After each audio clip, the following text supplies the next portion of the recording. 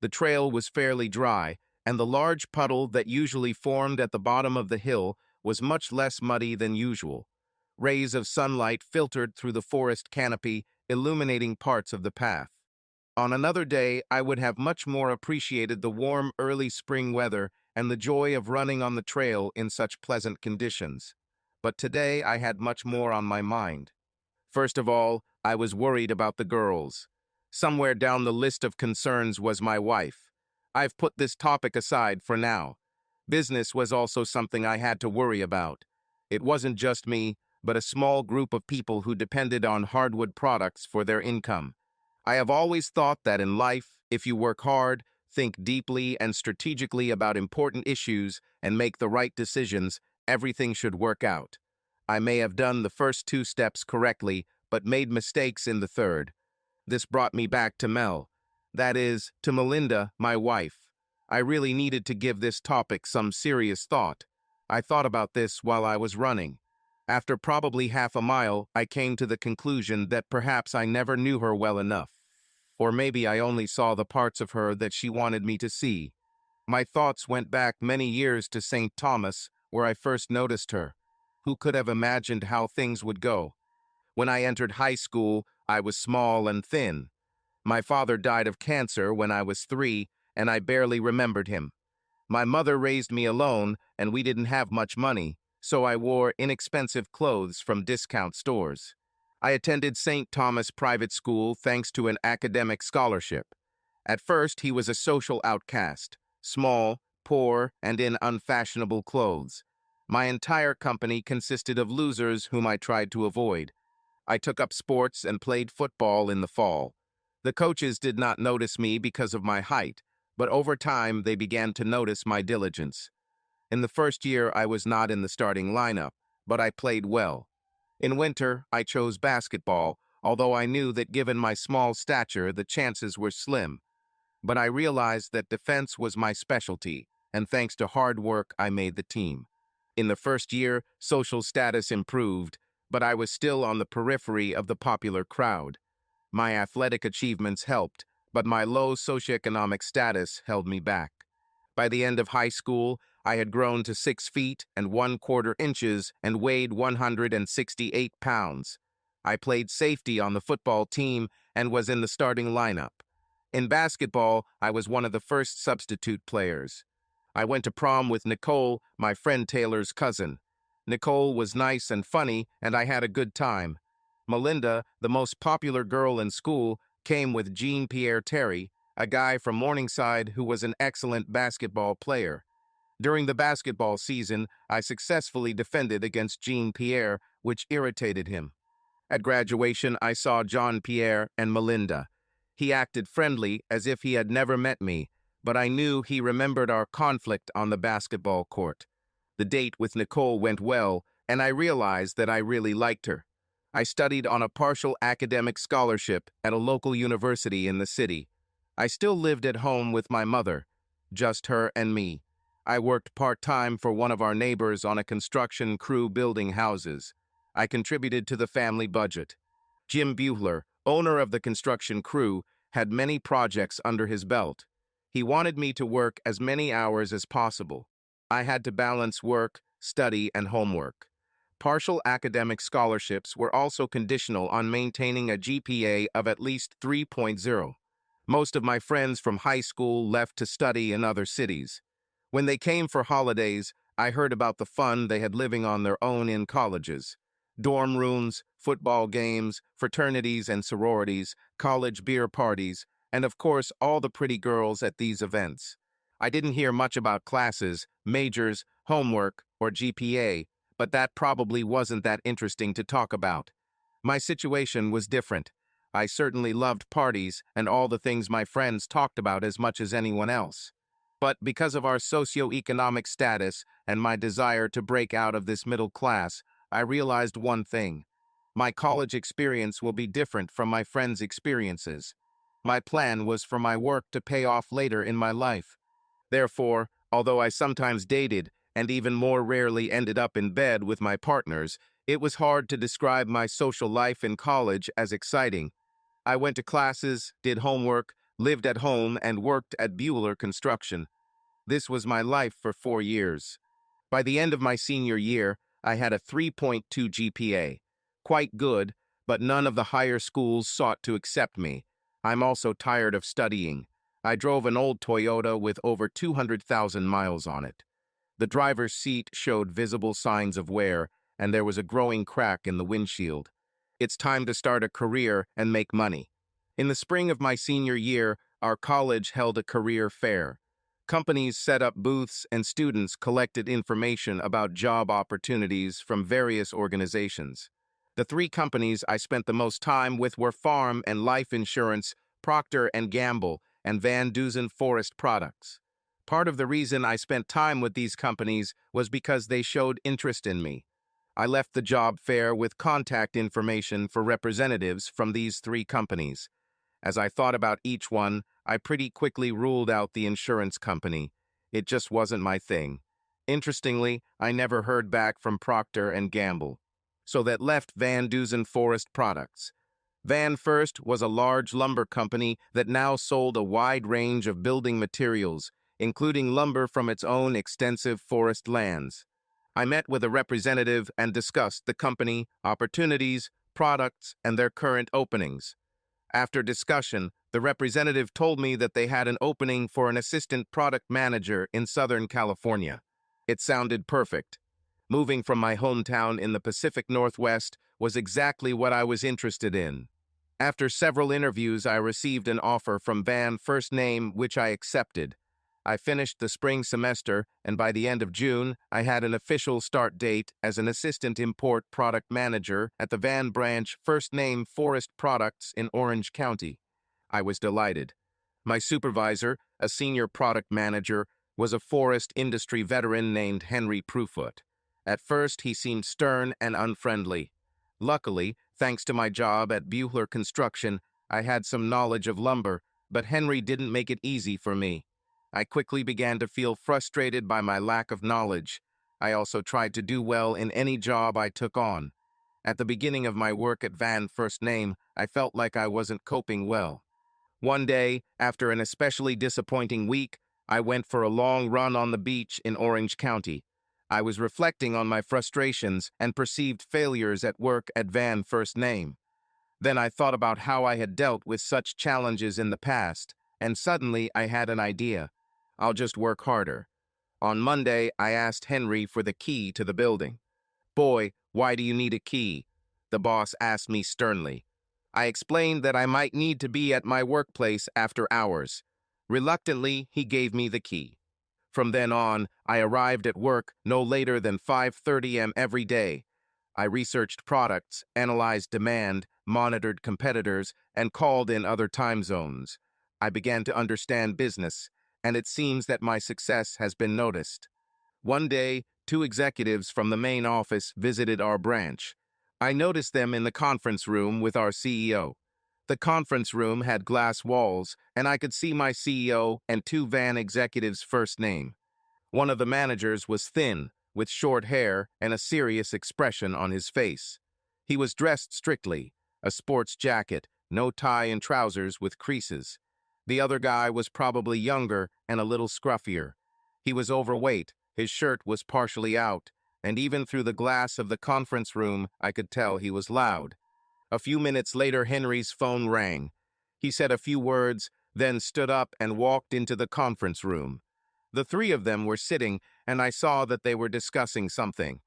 At one point, Henry looked straight at me from the conference room window and nodded. I saw the thin leader also look at me. I quickly looked back to the computer screen. I remained focused on the information on the screen, trying to ignore the meeting in the conference room. A few minutes later, I saw three of them, led by Henry, heading towards my sector. I continued to stare at my screen, trying to ignore their approach. Suddenly, they were in my office. "Kevin," Henry began, "I'd like you to meet Jack Valentine and Charlie Flanagan." I looked into the smiling eyes of the thin leader. I knew these names. Kevin, Jack Valentine, the thin leader offered me a handshake. I stood up awkwardly, hitting the table. "Flanagan, Charlie Flanagan," said the plump guy. casually offering his plump hand in greeting. "Nice to meet you, sir," I replied, nodding to both men. "So how's your job at Van First Name?" Valentin asked me enthusiastically. "Yes, sir, Mr. Valentine," I began. "I like my job. It's very challenging." I began and was interrupted. It was Flanagan. "Jack," he began, "I need to take this call," he said, looking at his BlackBerry. No attention to me or Henry. The plump man hurried away, not paying attention to us. I noticed Valentin looked at him for a moment and shook his head slightly. He then turned to me and enthusiastically continued our conversation. "First of all," he said amiably, "this is not Mr. Valentine. This is Jack. Besides, I've heard good things about your work, Kevin. Have you thought about your future at Van First Name? We have a career path for you here." He added, "Thank you, sir. Jack. I love what I do and Henry has been great. I already knew a little fawning never hurt. I especially enjoy the international part of the job, sources of materials in more difficult conditions." I told Valentin with sincerity. He continued to study me, nodding, hand on his chin, mulling over my words. Then he looked at Henry. "You know, there's a trip to South America planned for the beginning of the year," Valentine said, turning to Henry. "Why don't we sign Kevin up for it?" I saw Henry's eyes widen in surprise. Okay, Jack," Henry agreed. "Great," Valentine said to Henry, then turned to me. "Kevin, it was nice to finally meet you. Keep up the good work. If you need anything, don't hesitate to call me directly." He added and handed me his business card. And with that, Jack Valentine left. A little later, Henry came to my table. "Boy," he told me, "I have to say, I'm proud of you. Jack Valentine is the vice president. The fact that he spotted you and approved you for an international trip is a big deal. And I have to say, if you look good, then I look good." "Thank you, Henry," I said. "I appreciate everything you've done for me. Just remember," he told me, "don't screw it up." And with these words, he good-naturedly hit me on the shoulder and left. I was very pleased with the attention from Jack Valentine. I replayed our acquaintance in my head. Then I thought briefly about Charlie Flanagan. We didn't have much interaction, but there was something about him that I didn't like. I couldn't figure out exactly what it was. I just didn't like him. Work continued at the VDFP Orange County branch. I continued to come to work early and work hard. I knew I was making money for the company, and at the end of the third quarter, I received a $2,500 merit bonus. My work life was good, but my social life was inconsistent. I spent time with a couple of young VD employees. Sometimes on the weekends, we would go to bars in Huntington or Laguna Beach. One Friday, one of the younger employees, Tim, said that one of their suppliers, Julia Mitchell, had invited us for drinks after work and invited me. I saw Julia in the office, and she definitely stood out. I never talked to her, but I definitely noticed her. Julia was tall, almost 6 feet, my height, part of that height being her high heels. She also loved short skirts and a little makeup. She was amazingly slender. In an office full of men, she was certainly noticeable. I assumed she knew this and used her good looks for business purposes. I was always interested in getting to know her better. I agreed to meet with them. We were going to Windfire, a slightly pretentious bar in Laguna Beach.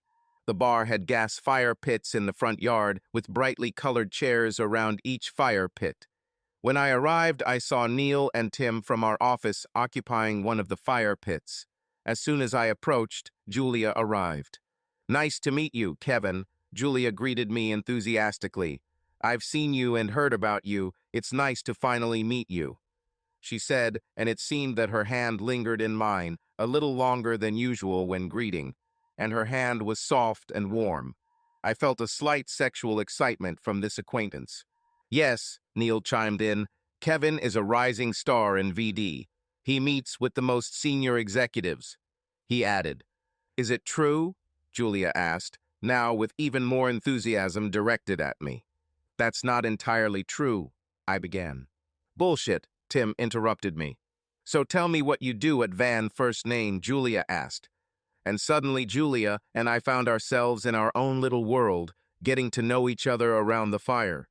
The evening flew by unnoticed. Somehow the drinks kept coming, and I vaguely remember someone ordering food. At some point, I remembered that Neil and Tim had left, but the atmosphere, drinks, and Julia created a cozy cocoon of fun. I seemed to get a lot of her attention throughout the evening. She asked me about my work and my life. She was not only attractive, but also smart and seemed very interested in me. At this point in my stay in California, I rarely dated girls. To say that I began to feel attracted to Julia would be putting it mildly. Finally, when it seemed that this stage of the evening had come to an end. "Well," I said, "I lost count after the third drink.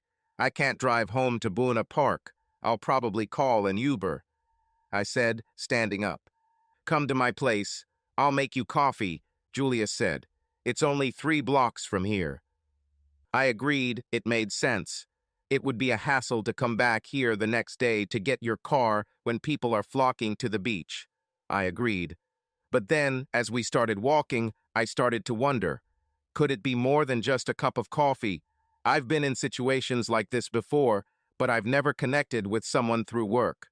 With slight confusion, we reached Julia's apartment. "I live alone," she said as we climbed the stairs to the second floor of her condominium. "I tried living with neighbors, but I'm too independent, I guess," she said, opening the door. "Besides," she added, turning to me, "I like my privacy," she added, and kissed me. Entering the apartment, we made love. "You're not going anywhere," she told me. I happily lay down next to him, and soon we were both sound asleep. I woke up early, my body not realizing it was a day off, and watched Julia sleep. I was happy remembering our evening together. The sex was great, and besides, I really liked her. She was attractive, smart, and definitely sexy. I was hoping this was the start of a relationship. We took a shower together. Since she had paid for everything at Windfire the previous night, presumably out of pocket, I insisted on taking her to breakfast. While eating, I began to think about how our relationship might develop. When we left the cafe, we stopped on the sidewalk. My car was one way, her condo was the other. I would invite you back to the condo," she began, but then looked back and whispered, "But I'm too tired." We both laughed. Then I looked at her more seriously. "Julia," I said, "I'd like to see you again," I told her. She nodded with the slightest hesitation and said she had a work trip to Northern California next week. But what about next weekend? I got her contact information and told her I would call her later in the week. She gave me a quick kiss and turned to go home. I stood and watched her leave. I really liked Julia, I thought. This week in the office, I received some mild teasing from Neil and Tim, hinting that something had happened between Julia and I after they left. Like a gentleman, I was in denial, but I was starting to feel excited about this new friendship. I texted her on Wednesday asking about her plans for this weekend. She didn't answer right away, but I knew that everyone has their own communication habits. Finally, on Thursday evening, I received a message. "Friday night, Newport Beach. I know a great place there." I agreed, and we agreed to meet at 6 p.m. I arrived 15 minutes early, and she was 20 minutes late.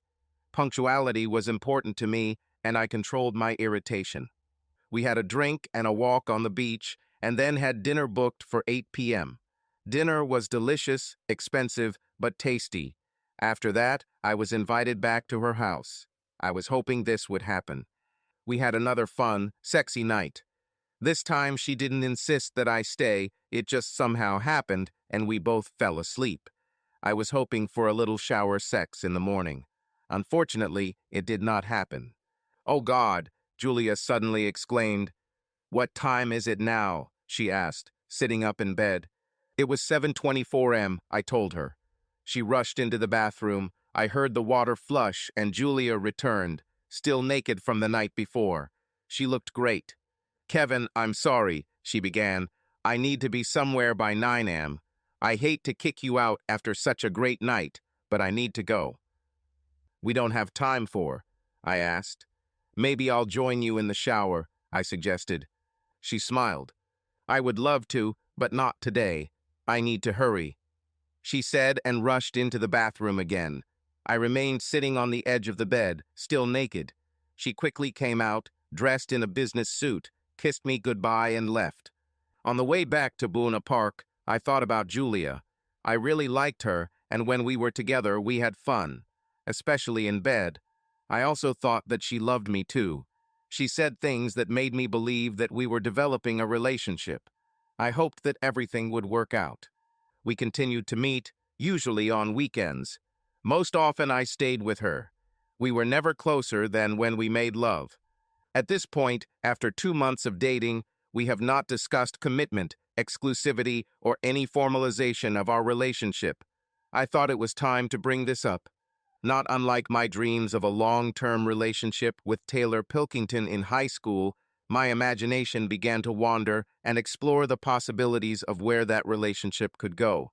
But unlike Taylor in high school, this relationship seemed real, with a real base. I told myself that when the time was right, I would bring up the topic of exclusivity and a deeper relationship with Julia. We met on Friday evening, and several times I tried to start a conversation about our relationship. But every time there was some kind of interference, and we never got around to it. That night, I received a text saying, "Thanks for last night," and a heart emoji. This was encouraging, I thought. Next week, when we meet, I will definitely bring this up. On Tuesday, I texted her about my plans for the weekend. This time, there was no response until Thursday evening. "Hey, a few of us are going to H2O in Laguna Beach on Friday night. You should come by 7 p.m., the message said. It's not quite what I was hoping for, but it's still okay. I arrived a little after 7 and saw Julia with a group of 4 guys and 2 other girls. Julia introduced me to everyone. It seemed that these were her new acquaintances. Everyone was nice, and I tried to be polite. As the evening wore on, my hope that we would spend intimate time together seemed less and less likely. In fact, one of the guys, he looked rich, was getting the same attention I was getting the first night we met. I interacted with others throughout the evening, but interacted far less with Julia than I had hoped. At one point, I followed her to the bathroom and made sure I was nearby when she came out. "Hey you," she said. "Are you having a good time?" she asked with a wide smile. I came closer and hugged her. "I can think of a way we can have fun," I told her, whispering in her ear. "I know what you're thinking," she told me and playfully pushed me away. She then returned to the group. I followed her in disappointment. It was already late, after 11 p.m. I couldn't count on an overnight stay at Julia's, and I had a 20-minute drive home to Buena Park. I stopped drinking. Suddenly, it became clear that the group was breaking up. My hopes for intimacy rose again. But just as quickly, these thoughts were destroyed. "Kevin, James knows where the party is. Please come with us," Julia asked me. At this point, I was already fed up. The people were nice, but I wanted to spend time with Julia. This certainly didn't look like something that would happen that evening. I refused. All I got was a tight but brief hug from Julia, and then they were gone. During the drive home, I was a little angry at Julia, but then I thought about it. I clearly wanted a different relationship than she did. It's not her fault. We did not have any exclusivity agreement. I was hoping for something more than just friendship with a few nice sexual encounters. With these thoughts, I returned to my apartment, disappointed about the possible end of this short-term relationship. I guess I decided that, like a lot of guys, Julia loved to play on the field. I kept hoping that I would hear from her. This week, I felt like the ball was in her court. It was her turn to contact me, and although my phone vibrated regularly, it was never Julia. For the first time in almost 2 months, I spent the weekend without her.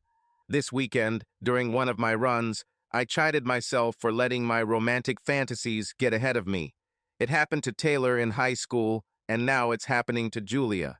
At least with Julia, I thought we had a real relationship. But I think we both just saw it differently. I promised myself to manage my expectations with any future dates. Monday morning, I was at work early again.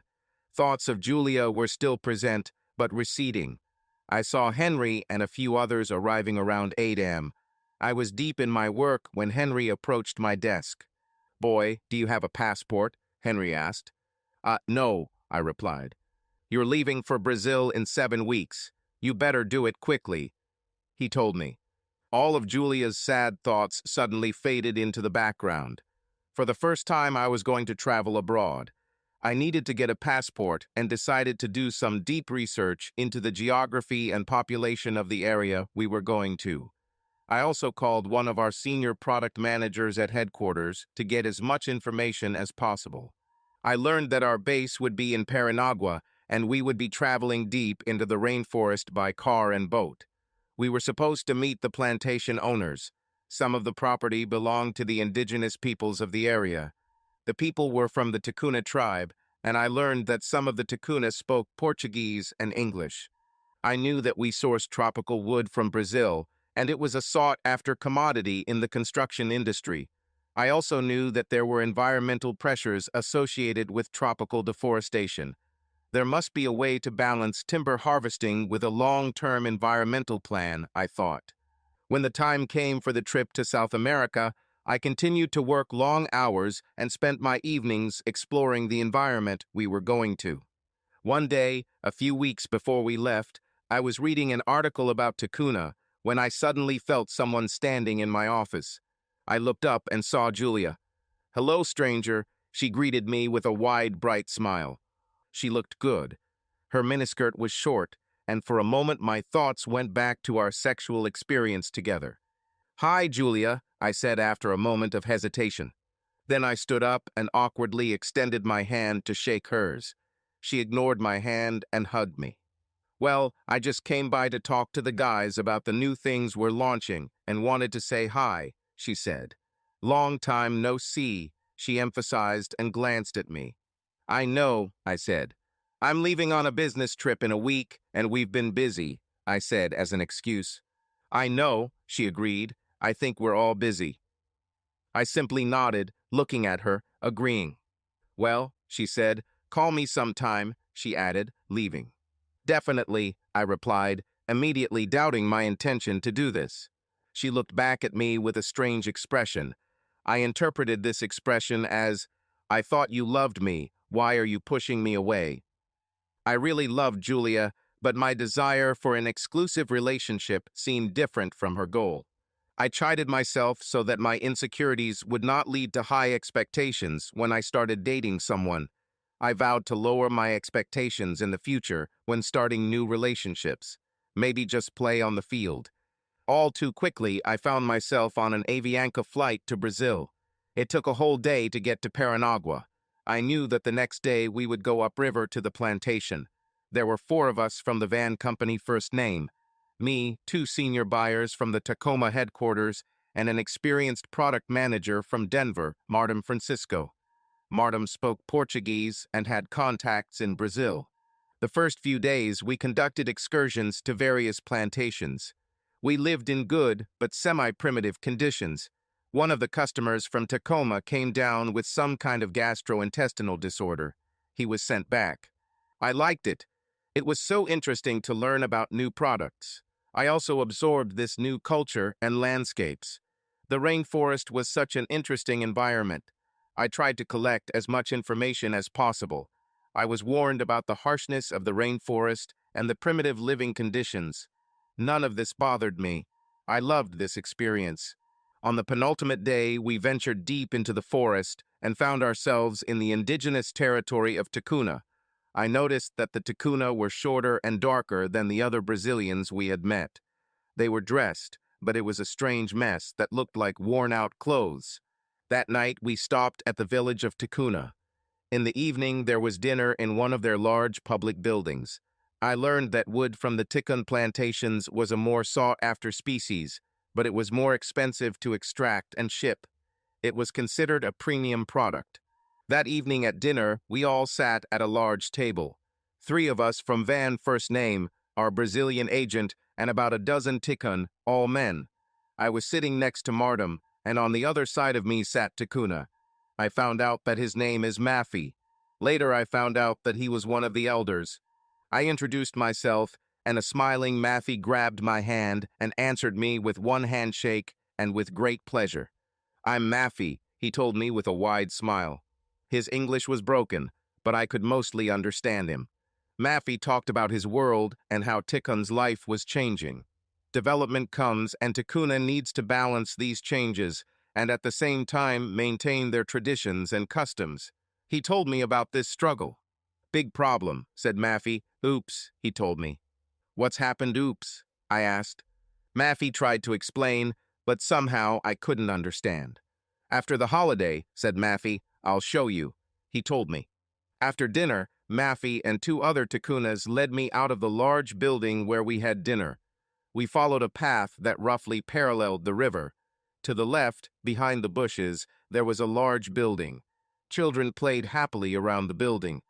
We walked up the steps and Maffey opened the door and showed me. All I saw were rough mattresses and bedding all over the floor. There was a large curtain in the center of the room. The girls are on this side, he pointed out.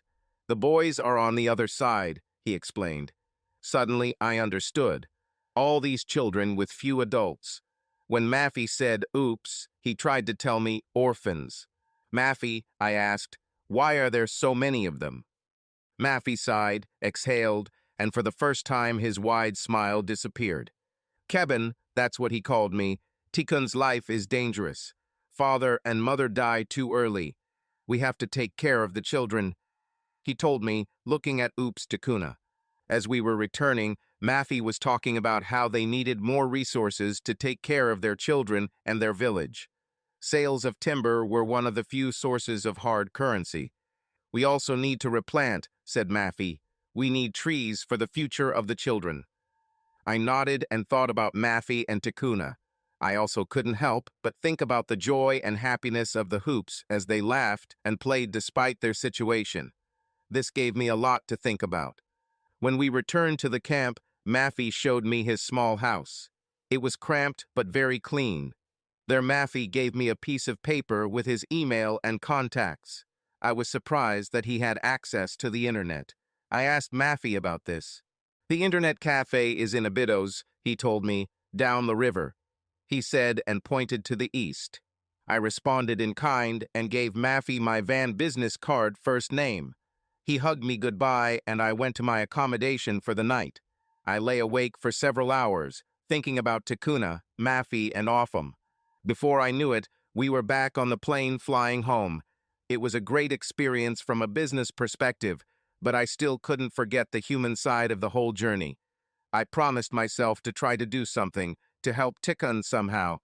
My work in Van First Name continued, but suddenly I was being invited to more committees. I was invited to more meetings with clients. You could say that my position in Van First Name Forest Products has increased. I took pride in my hard work and enjoyed my job. The recognition was a bonus. One day, unexpectedly, Henry invited me to dinner. I rarely ate anywhere other than my desk, and Henry and I didn't interact much. He took me to Billy's Ink Spot, a restaurant he knew. It was dark with a large bar. The main focus of Billy's was the bar, but the food was actually pretty good. Boy, he still called me, I've been hearing some things about you, he added. What? I asked. Who says what? I was a little worried. Calm down, he replied. I'm hearing good things. He told me. Don't be surprised if you get a call from Jack Valentine about a corporate opportunity. Henry said, they like you, boy. They want to put you on some fast track. I sat and took in what Henry was saying. I mean, I knew I was doing well, but I was surprised that I could be offered a promotion so soon. I thought about my career. I liked the company and most of the people. I was starting to like the building materials industry, and I was especially interested in the international side of my work. I kept thinking about going to Brazil and meeting Mafia and Tikkuna. Well, I said, thank you, Henry, for everything you've done for me, which in truth wasn't much, but I would never have said that. I'll be glad to hear from Jack. I stated, understood. I've removed the special characters from your message. The idea of promotion was interesting. Now every time I get a phone call or email, I think it might be Jack Valentine with some fantastic opportunity. This Friday, our corporate office sent out a company-wide email. The message was that Van First Name is committed to helping the environment. The PowerPoint presentation contained images of leaves, the ocean, and huge forests of trees. The goal was that our company wants to do more and promote this fact in the market. Helen Stacy from the marketing department was looking for ideas to help Van First Name strengthen the company's environmental position. Since my trip to Brazil, I have had an idea. What if we paid Tikkun to replant native deciduous trees? This would solve several problems. This would secure the future supply of valuable tropical timber. This would provide the necessary income for Tikkun, and it would be right in line with what we were trying to present to the market from an environmental perspective. Over the weekend, I came up with a plan for this. I even included dollar for dollar to support the orphanage. By my calculations, the total cost to us would be just over 5% of our costs. I felt that this small increase could be covered. On Sunday evening, I sent my presentation to Helen Stacy. I didn't hear anything about my proposal for the next week, and I still haven't heard from Jack Valentine. My excitement about my plan and the possibility of hearing from Jack had faded. I was sure that I would hear something from someone this week. The next week, I received a phone call from the office. It had to be Jack Valentine, I thought. Hi, Kevin? It was a woman, obviously not Jack. It's Helen Stacy from marketing. How are you, young man? She greeted me. She went on to say that she presented my Brazilian reforestation plan to management and received approval. The next step is to present the plan to the indigenous tribe and reach an agreement. How soon can you be in Brazil? She asked. I was shocked. I'm going back. I mumbled. Fortunately, she did not listen too closely to my confused answer. Let's put it this way, she said. I'll contact corporate travel and try to arrange something for you on, say, the 17th. I will contact you via email. She told me and then disappeared. Wow, not only did they accept my idea, but I kept coming back to help implement the program. Later that week, I received a file about my trip to Brazil. I was to travel with someone from our forest science department who would explain planting techniques to Tikkun. Meanwhile, I sent an email to Maffey. 2 weeks later, I heard back from him, and he welcomed the visit. On the Friday before I left, I finally heard from Jack Valentine. Kevin, Jack began, I hear you're heading to South America again. Congratulations on your idea. Well thought out, son. He took a deep breath and continued. Kevin, when you get back, I want you to fly to corporate. I have some ideas for your future that I would like to discuss. Thank you, sir, Jack, I replied. I would be glad. And with that, it seemed like my career was definitely moving in the right direction. The trip to Brazil went well. I traveled with Jerry Matthews, a forest science expert. Nice guy, pretty quiet, and if we weren't talking about trees, a bit boring. We met again in the same village of Ticuna where I was last time. Maffey greeted me like an old friend with a warm hug. That night, Jerry and I explained what we were offering for tree planting and compensation. It took some time to get our point across. Tikkun's group, including Maffey, then discussed what I assumed was our proposal in their own language. After a long discussion, Maffey turned to me with a big smile, grabbed my hand, and shook it just once. Kevin, Maffey told me, we have a deal. The rest of the trip was spent working out the details and methods. There was a lot to discuss. Kevin, Jerry told me on our penultimate day, I almost forgot, but I was assigned to take some photos of you and Tikkun in the rainforest. Not sure why. I thought. The next day, we took some photos. That evening, I sat with Maffey again at the large dinner table. After dinner, I asked if we could visit the orphans again. With a wide smile, he agreed. We walked along a path through the bushes, and suddenly I heard it before I saw anything. It was like music, the most beautiful sound. I heard laughter through the leaves and knew we were close to the orphanage. Maffey and I stood, and I almost became emotional watching the children laughing and playing. It made me think about a lot of my values.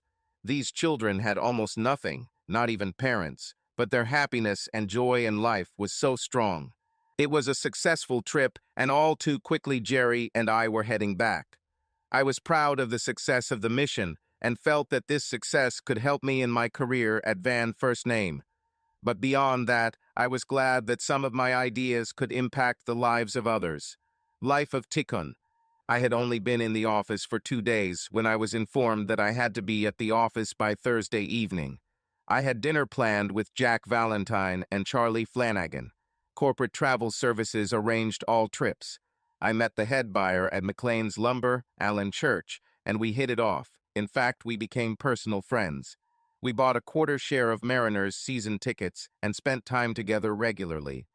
This was especially important since McLean's was our second largest client from the Crescent Creek branch. It was also nice to do business with someone you really liked. Another professional moment that brought me a lot of attention was related to Van's environmental media campaign First Name. It was a picture of me and Maffey in the rainforest. I was pointing at something, and Maffey was looking in the same direction. The forest, river, and sunlight mixed, creating a cool posed photo. Jerry Matthews took this photo while we were traveling to Brazil. Van first spent a lot of money to bring this environmental advertising campaign to the market, and my image always seemed to be in the foreground. My idea, and now my photo, which has become so famous, I once saw this photo on the side of a city bus, have made me a minor celebrity in Van First Name. I thought this should somehow help my career. I also enjoyed my personal life. I spent time with Alan and a few other young guys from VDP, and I also dated several women. Ever since everything happened with Julia, I vowed to not date seriously.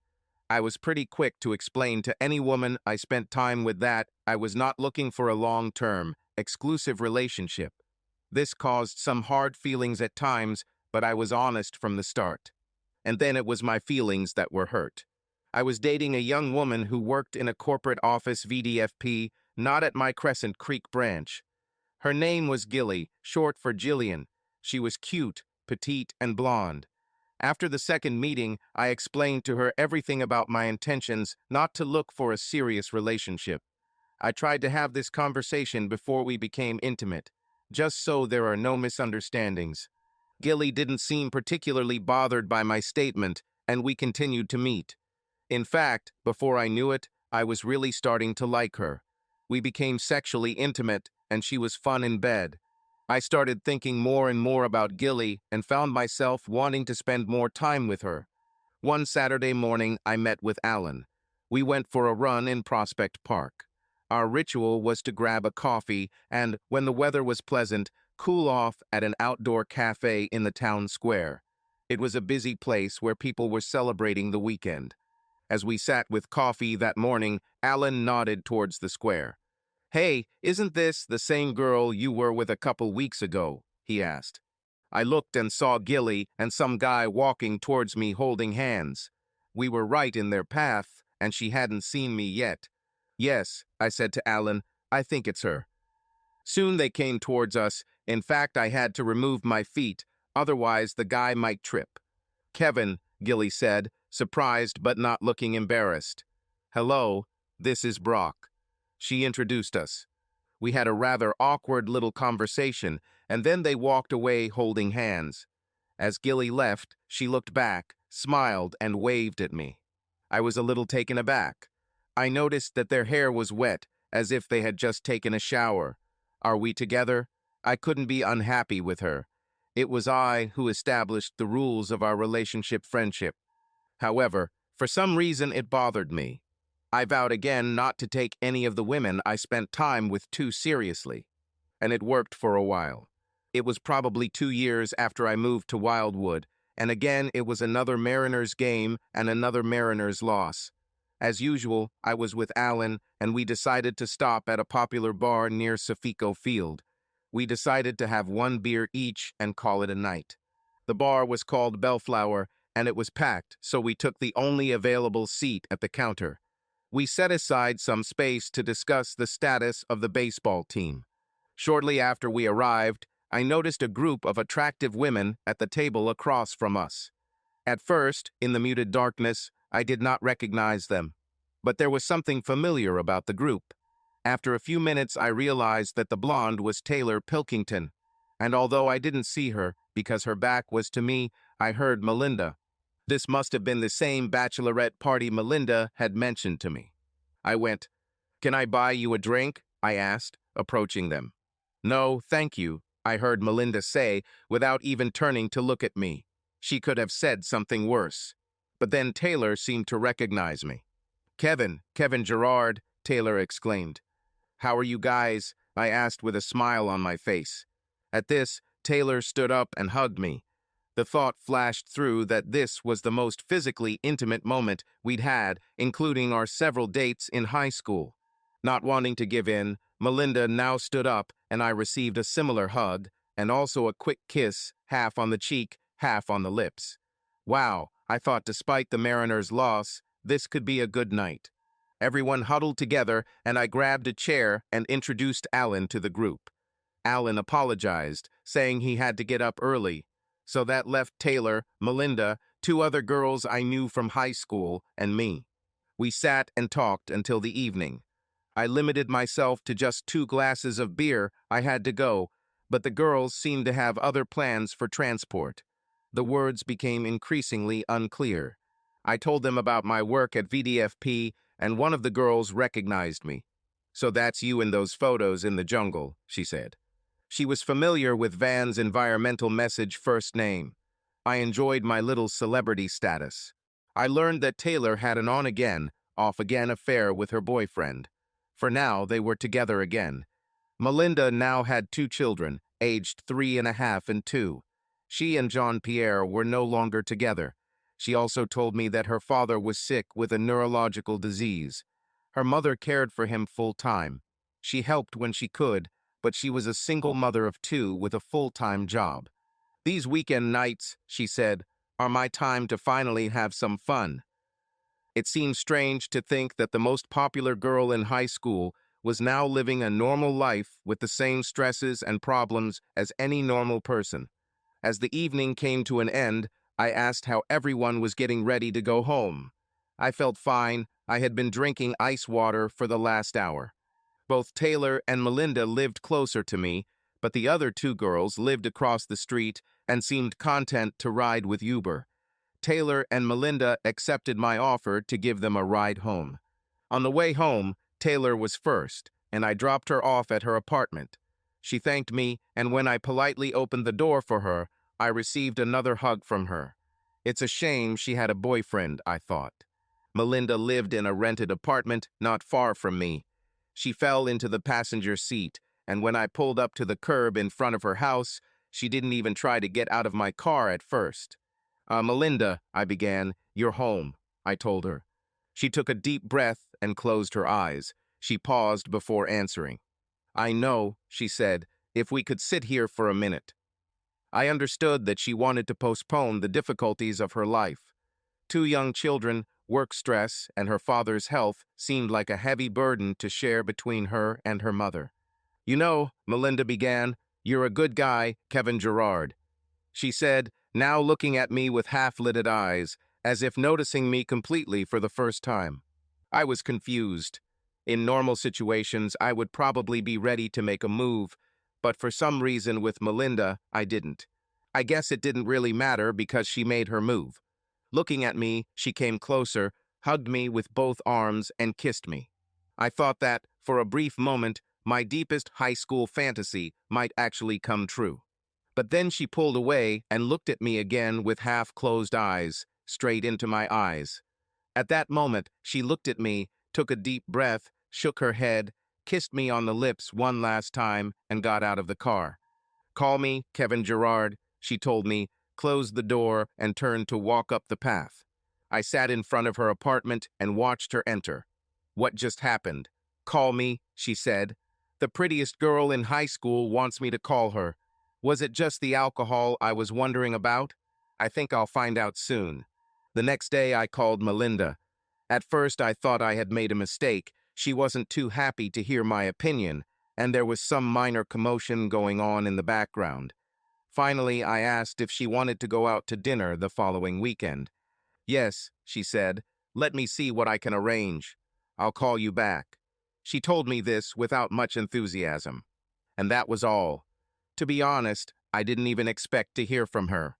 And after I didn't get a call back by Tuesday, I thought there might not be a date with Melinda. But then, on Wednesday night, around 9 p.m., she called. "Hey," she began, "are we still this weekend?" she asked. "Yes," I told her. "I could hire a babysitter for Friday night," she said. "That would work." So we planned Friday night. I told her to dress casually and pick her up at 7 in the evening. We had a good time, not the alcohol-fueled chemistry of the previous weekend, but friendly and positive. I learned a little more about her situation with Jean-Pierre. From what I can piece together, she and Jean-Pierre broke up in high school, but got back together a few years later. She became pregnant with Esme. They married and had another daughter, Francine. Jean-Pierre didn't seem to be able to stay on the job that long. He finally started selling cars, and apparently he wasn't very good at it when he put in the effort. The app seemed to be the problem. They constantly argued over money. He didn't seem to accept fatherhood either. He eventually left, and they divorced. "Okay," Melinda chimed in, "enough about me. Tell me, what are you doing now?" It seems like most of our conversation so far has been about Melinda and her life. My life was pretty boring in comparison. No children, no marriages. I told her about my job, and she encouraged me to tell her more details. She seemed less interested in the job itself, and who could blame her, but more interested in the opportunities, career path, and potential income growth. It was with some satisfaction that I realized that I had beaten Jean-Pierre in this particular competition. This time, without much alcohol, I received a goodnight kiss from Melinda. "Call me this week," she whispered to me hoarsely. And I did. This time, when I picked her up, I met the girls, Esme and Francine. They were sweet little girls who I was sure would grow up to be as beautiful as their mother. The eldest, Esme, was shy and hugged her mother's leg, glancing at me and looking away when I looked back. Francine, the youngest, was talkative and outgoing. She wanted to show me all her stuffed animals. When we were about to leave, she wanted to come with us. I admit, the girls fascinated me. During our date, we talked about girls. I also learned that Jean-Pierre wasn't exactly doing his share of parenting or financial support. It was hard to understand why he didn't want to spend time with these adorable little girls. Towards the end of the evening, I had an idea. I kept telling myself to slow down, not to obsess over Melinda, to be casual about it. But I had this thought. "Would you like to go to the zoo tomorrow?" I asked. "Zoo? Just me?" she asked. I started laughing. "No, no," I said. "You and the girls." She stopped and looked me straight in the eyes with a serious expression on her face. She continued to look at me for a few seconds, then looked out the window without saying anything. "Mal?" I asked, not sure of her reaction. Suddenly, she turned to me with a smile on her face. "Of course," she said. "The girls would love it." The next day was fun. The weather was decent, and we walked around the Woodland Park Zoo grounds. Esme, although still shy, seemed to warm up to me a little over the course of the day. Francine was a talker who talked a mile a minute. We had lunch at the zoo and Francine seemed to calm down. "Mom, will you carry me?" She asked me to stretch my arms forward. Melinda picked up the small child as we wandered through the park. After a while, I felt a small hand squeeze mine and looked down to see Esme looking at me. I smiled at her as we walked hand in hand. I kept telling myself to slow down, but I couldn't deny the happiness I felt spending time with Melinda and these two precious little girls. As I left them, little Francine hugged me enthusiastically, and when I leaned over to say goodbye to Esme, she began to feel shy and then suddenly hugged me too. I couldn't help but smile. The real surprise was when I went to say goodbye to Melinda. I knew that there would be no sensual parting with the girls right away, but when she did kiss me goodbye, I couldn't help but notice the sparkle of tears in her eyes when she smiled at me. I'm in deep, I thought. That week at work, I walked around the warehouse, which I do periodically. I know I could see the inventory levels on my computer, but I liked seeing the physical product. While checking the inventory, I noticed some low-quality Kumaro in the trash can. I wanted to see the other side of the forest. I wanted to turn him over and felt a dull pain in my lower back. At that moment, one of the warehouse workers, Albert, ran up. "Boss, it's too heavy," Albert told me. "Here, I'll help." Together, we moved the product, and I was able to see the material. I thanked Albert and returned to my office. I thought about Albert. I saw photographs of his children decorating his workspace in the warehouse. It made me think of Melinda's girls. I tried to contact Melinda that week, but by Thursday I had failed. On Thursday evening, we finally connected. "What a week," she began. "First, Jean-Pierre missed a night out with the girls. Then my mom needed help with my dad. It's expensive." "Sorry," I replied. "How are you?" she asked. "Fair enough," I said. "My back has gotten worse." She asked about my week, and I talked about my back. She said she would call back soon. 45 minutes later, she called back. "Take some ahai and 2 bottles of wine. We'll meet you on Friday at 7. And she hung up. On Friday evening, she arrived with groceries and a folding table. She was dressed as if she was going to training. "Take a quick shower, and then we'll work on your back," she said. I fulfilled her request. She turned the table around, placed scented candles, and turned off the light. "Lie down on the table and show me where it hurts," she said. I followed the instructions. She started the massage. At first, it looked like a regular massage, but then it grew into something more. "Do you like it?" she asked. "I'm not sure I've ever felt better," I replied. "Just lie here," she said. "I'm cooking dinner. Do you have an apron?" "No," I replied. Over dinner, we talked about her life, her father's poor health, and problems with Jean-Pierre. "You are so different," she told me. After dinner, I asked what time she needed to be home. She said her mom was spending the night with the girls. We went to the bedroom for the rest of the night. The next morning was interesting. We talked about her life. When I was younger, it was all about having fun. I wanted excitement. That's probably what drew me to Jean-Pierre. He was fun until he cheated on me. When my father got sick, he showed up again. We started dating, I got pregnant with Esme, and we got married. He never understood the commitment of marriage. I divorced him. He hasn't changed. "You're much more mature," she said. Wow, this suddenly became intense. I remember warning myself not to get too caught up in things so quickly, but that was Melinda Manning. Not only was she great, but she just brought out a depth of character that I hadn't seen before. Moreover, I became attached to girls. "Melinda," I said, "I like you too." She smiled, reached out, and took my hand.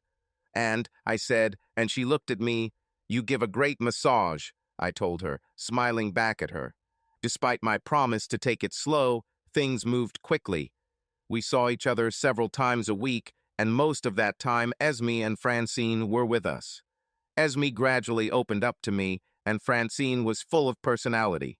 I learned that Jean-Pierre visited her every Tuesday evening. Sometimes he succeeded, sometimes he didn't.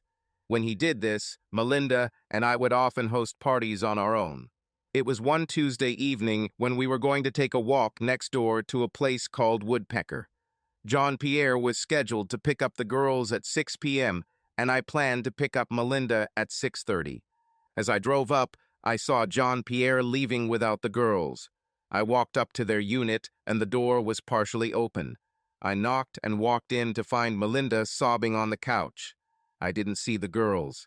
"What's happened?" I asked for a hug to comfort her as she told me through sobs. Jean-Pierre seemed to be in a bad mood when he arrived. I have already seen such a mood in him. Melinda then made the mistake of asking him about his overdue child support. He and Jean-Pierre had a big fight. Eventually, he left. "Where are the girls?" I asked, and she just shook her head. I walked down the corridor to their room, but they weren't there. I checked Melinda's room and then the bathroom. No girls. Finally, I thought I heard a noise. I returned to their room and opened the closet door.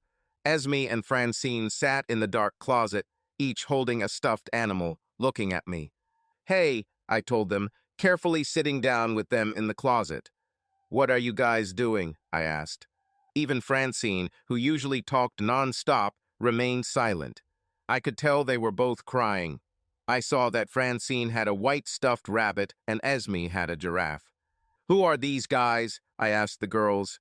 Finally, Francine answered. "This is Mr. Jones," she said, and picked up her toy. "Esme is Barney," she added. "When we want to hide, we take them and go to the closet," she told me. I understand. When there was a loud argument, it upset the girls. They were trying to find a place where they could escape their parents' problems at home. Their stuffed animals comforted them. I wasn't sure how long the three of us stayed in the dark, safe cocoon of the closet, but at some point Francine fell asleep and Esme climbed into my lap. I just kept her comfortable in silence, but I was worried about the circumstances. At some point, Melinda entered. She made a little noise, and I finally looked up to see her smiling sadly at the strange scene of the three of us in the toilet. The reflection of the light in the corridor illuminated her damp cheeks. I didn't quite understand all the dynamics that night, but I knew one thing. Despite all my experience and inner warnings, I was completely invested in this relationship, almost as much for these girls as for Melinda.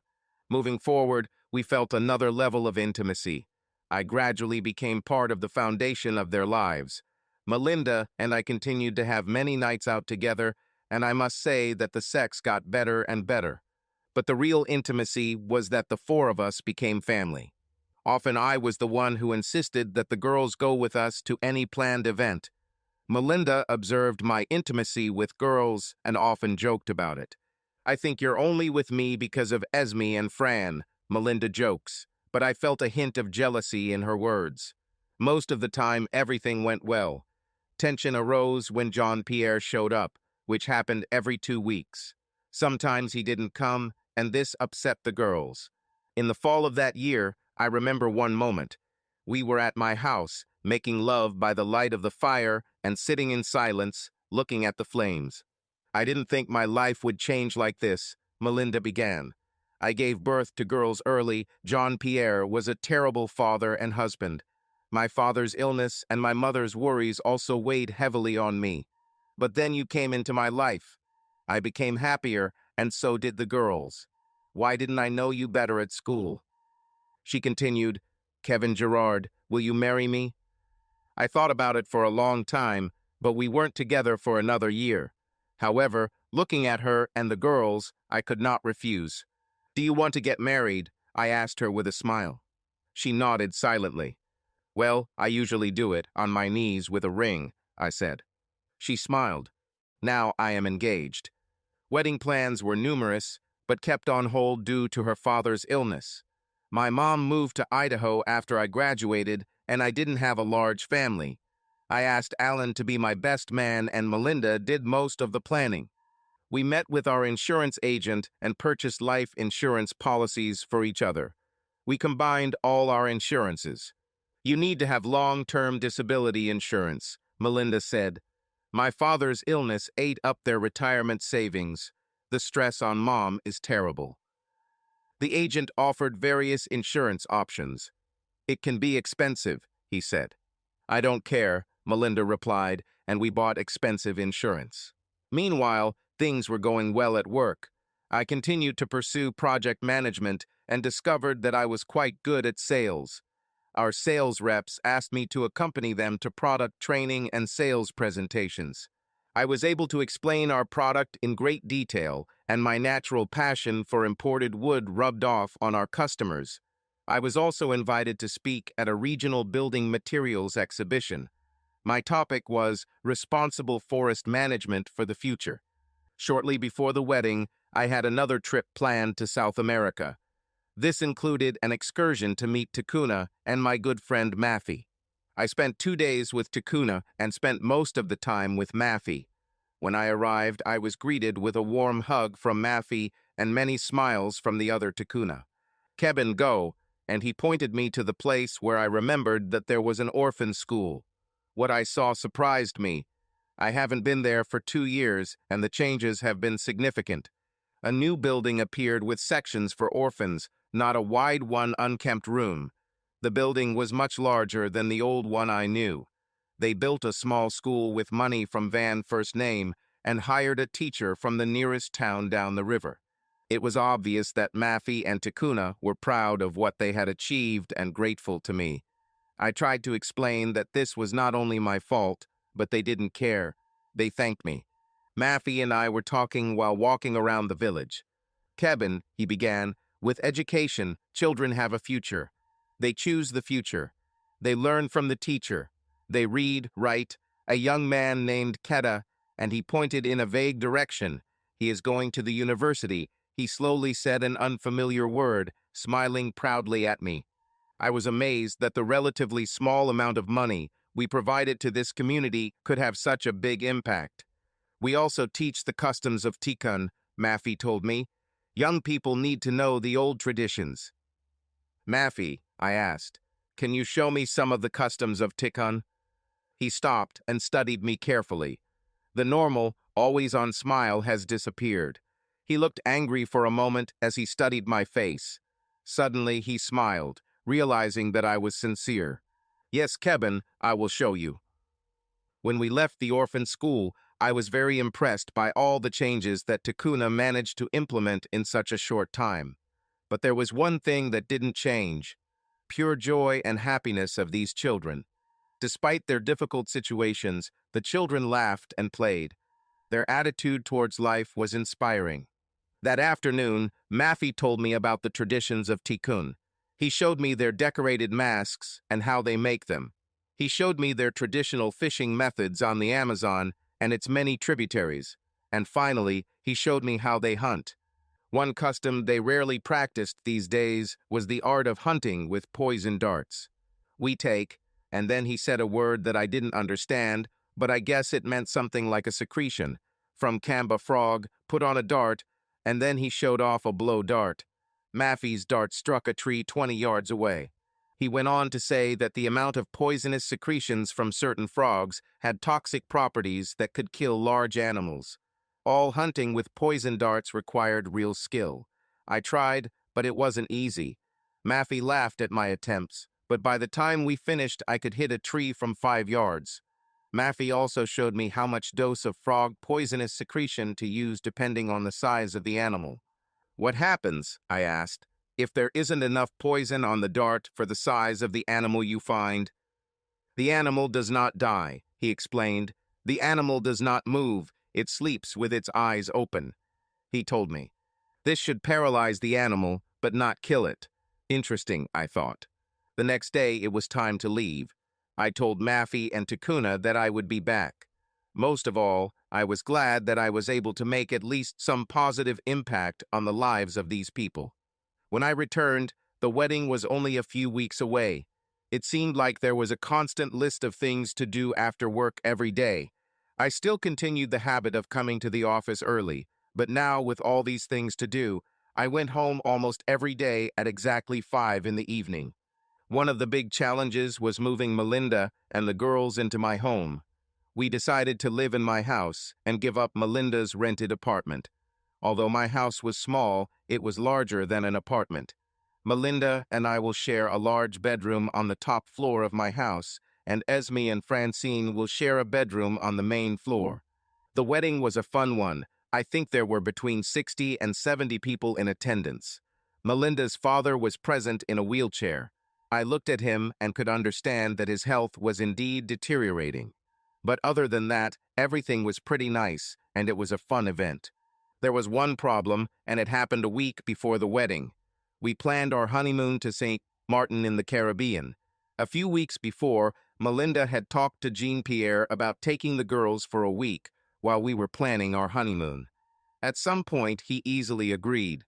In fact, at first, when Jean-Pierre found out about my relationship with Melinda, he seemed almost happy about it. Perhaps the word relief would be closer to the description. We were almost always in contact with Jean-Pierre solely due to his visiting schedule. In other circumstances, I might have imagined Jean-Pierre as a casual friend. He could be quite charming, funny, and interesting. There were times when he came to pick up the girls from the apartment, and we chatted while Melinda got them ready.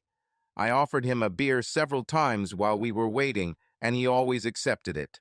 But I also knew another side of Jean-Pierre, mostly from Melinda, but also from my brief interactions with him in the past. I knew he represented a relaxed, friendly attitude to the world. He liked to charm people, but I knew that beneath that surface lay a simmering rage, an ultra-competitive spirit, and a feeling that the world owed him something. Sometimes this rage broke through the polished surface. There were moments when this attitude was directed at me. It doesn't take a psychologist to understand why he treated me the way he did. Firstly, I had a stable job and a good income. Secondly, in his mind, I took his beautiful wife away from him, although they separated long before I appeared in the picture again. And finally, he saw me creating a fatherly relationship with Esme and Francine, being a much better role model. I had to imagine his mental score, Kevin 3, Jean-Pierre 0, and as I said, Jean-Pierre was ultra-competitive. So, with this understanding in mind, I tried to closely monitor all interactions with Melinda's ex-husband and, in particular, his role as the girl's father. Returning to the honeymoon. On the Wednesday before the wedding, I received an angry and profane call from Melinda. I quickly realized that this anger was not directed at me. She was furious with Jean-Pierre. "He claims he can't take care of the girls next week," she finally said after letting out all her curse words. I knew that the right answer now was to remain silent. "That son of a bitch said he had a business obligation," she said angrily into the phone. "Business duty," she continued. "He sells used cars. He claims he needs to leave on business." We discussed other nanny options that I thought were much better than Jean-Pierre, but none of them were acceptable to Melinda. I agreed with her. It didn't seem right to send the girls into an unfamiliar environment for a week while we were on holiday. "I'm sure we can get credits for all our trips," I told Melinda. "I'll figure it out." "Mel, honey, don't let this ruin the wedding," I told her. She swore she wouldn't allow it, but she was still angry when we hung up. There was no doubt in my mind that Jean-Pierre had deliberately thwarted our plans with sadistic pleasure. Instead of St. Martin, the four of us went to the Oregon coast for a week. Unlike the Caribbean, we didn't have to worry about sunburn in Cannon Beach, but we had a great time. We walked along the beach, watched sea life in the tide pools at low tide, played on the sand dunes, and hiked along the cliffs overlooking the Pacific Ocean. After all the wedding-related activities and moving into my home, normal life continued. I continued to do the job I loved at Van First Name. Melinda was still working in real estate, and the girls were now of an age where they were both going to school. Francine is in kindergarten and Esme is in second grade. I called the next few years good times, stable years. I worked hard and became increasingly involved in the sales of our business, and mostly things went well. Melinda worked less in real estate, but sold a house every month or so. She also helped her father, whose health continued to deteriorate. The girls did well at school. Francine quickly became one of the popular kids due to her outgoing and cheerful personality. Esme was different. She was much more introverted. She was wary and slow to make friends. It would be difficult to call Esme a happy child. Because of this, I always tried to take extra time to spend with her. She had trust issues with older men, which was understandable, but I tried not to let her down. Believe it or not, even Jean-Pierre began to visit the girls regularly and canceled meetings less often. He felt at ease in my house while Melinda was getting the girls ready. He and I chatted amiably, and I often reminded myself that there was more to this guy than meets the eye. But he could definitely be charming. There was one occasion when his true nature came out.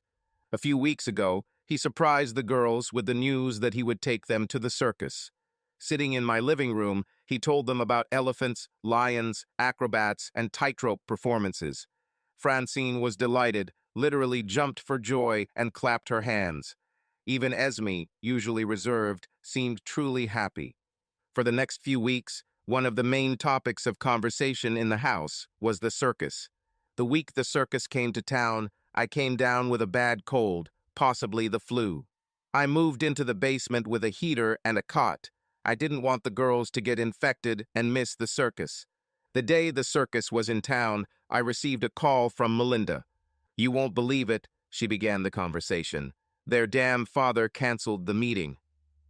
What? In my feverish state, I didn't quite understand what she was talking about. He won't take them to the circus, she explained. I looked at my watch. It was after 2 o'clock in the afternoon. It looked like Melinda was with the client for another hour or so. I thought about the girls. They will be disappointed to a degree that I believe I have never seen before. I tried to lift my aching body. Sitting down was an effort, and I had to do some searching to figure out how to contact the company that sponsored the circus. I finally figured out who to call. There seemed to be a few tickets left, but for some reason they had to be purchased directly from the Tacoma Dome box office. They didn't sell them over the phone. Even with good traffic, it could take an hour to get there from my house. I got dressed, trembled, and got into the car. The weather was typical. It was raining. I turned on the heating and airflow. Luckily, the traffic wasn't the worst. It was almost 3:30 when I got to the Tacoma Dome. Feeling terrible, I found the ticket office. I need 3 tickets to tonight's circus, I told the agent hoarsely. I only have top row general seat tickets left for $20 each, or I have some in Premier, said the agent.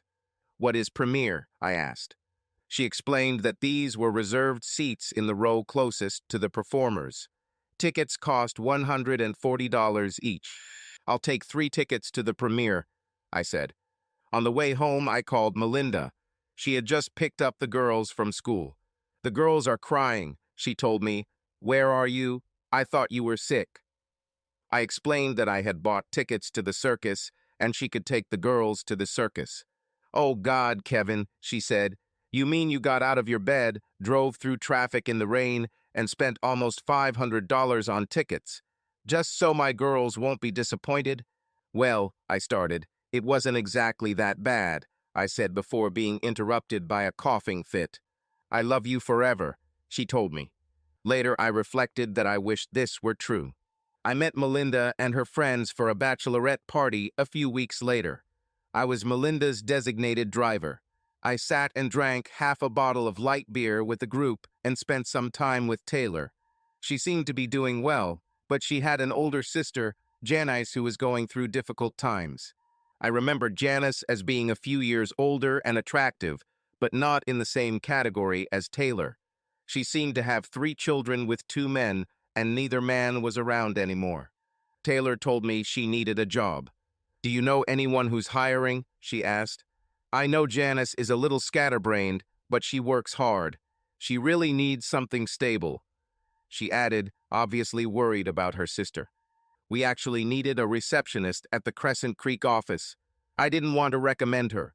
It was like being on a blind date. There were many potential bad outcomes and really only one good one, I thought. On the other hand, Taylor has been a good friend for a long time. Taylor, I said, we might have something. I'll check. Kevin, thank you, she exclaimed and hugged me and kissed me on the cheek. On the way back home, Melinda mentioned that kiss to me. What was that kiss from Taylor? She asked, not entirely angry, but far from happy. I explained. Okay, I guess. Melinda answered. I was a little pleased that she was the one who was jealous. A few weeks later, we actually hired Janice. I now hoped that she would be able to perform the minimum tasks required of a receptionist. The months passed in a stable, expected rhythm, nothing particularly exciting, but also without major disasters. I was comfortable with this lifestyle. I continued to perform well and was rewarded monetarily according to my achievements. Melinda started talking about the big house. Housing prices continued to rise as predicted. I know we could sell my house for a profit and could afford to buy something bigger. It was Melinda's idea. My much more conservative plan was to save for the girls' college education while we stayed in my house. Melinda half-heartedly agreed to this plan for now. Several things happened in the following year. The first of these was the death of Melinda's father. We received a call in the middle of the night. It was Melinda's mom. I listened as Melinda took the call. There was no immediate emotional breakdown, no tears. I suppose we have all been mourning his deteriorating health for some time now. And I'm also guessing that I wasn't the only one who felt relief as one of the many emotions I began to process with the news. After all the activities associated with the death of a close family member, there is a period of emptiness where everyone begins to process what life will look like next. For Melinda, this manifested itself in her keeping all her emotions inside. There was a noticeable distance between me and her, and I also noticed her slight aloofness from the girls. I assumed this was her way of dealing with her own grief. I also assumed that in a short time, weeks, we would find a common language again. I also noticed a new hostility between the girls. I knew that fighting between siblings could be quite normal, and of course the two girls were very different. Francine is the more outgoing, loud younger sister compared to the older, more reserved Esme. But the strange change was that these two girls had been through a lot together. They have always been one. Now that is changing. And then there was Jean-Pierre. Jean-Pierre tried different works. His personality and charisma were offset by a poor work ethic and dishonesty. He would start a job and do well for a few weeks until his true nature emerged. One look at his spotty resume and anyone but the desperate would never hire him. One thing he thought he was more successful at was selling cars. And now, either he had somehow changed or circumstances required him to conform to his work habits. He now worked for Register's pre-owned luxury vehicles. They sold mostly used premium European and Japanese cars. Jean-Pierre had the looks and confident attitude that suited and attracted a customer base interested in used luxury cars. It looks like he was successful. The first time I saw a black Land Rover in front of my house, I was surprised to find Jean-Pierre inside waiting for the girls. The last time I noticed his car, it was an old Honda Civic. I also noticed that he was drinking one of my beers and eating the expensive smoked salmon I bought.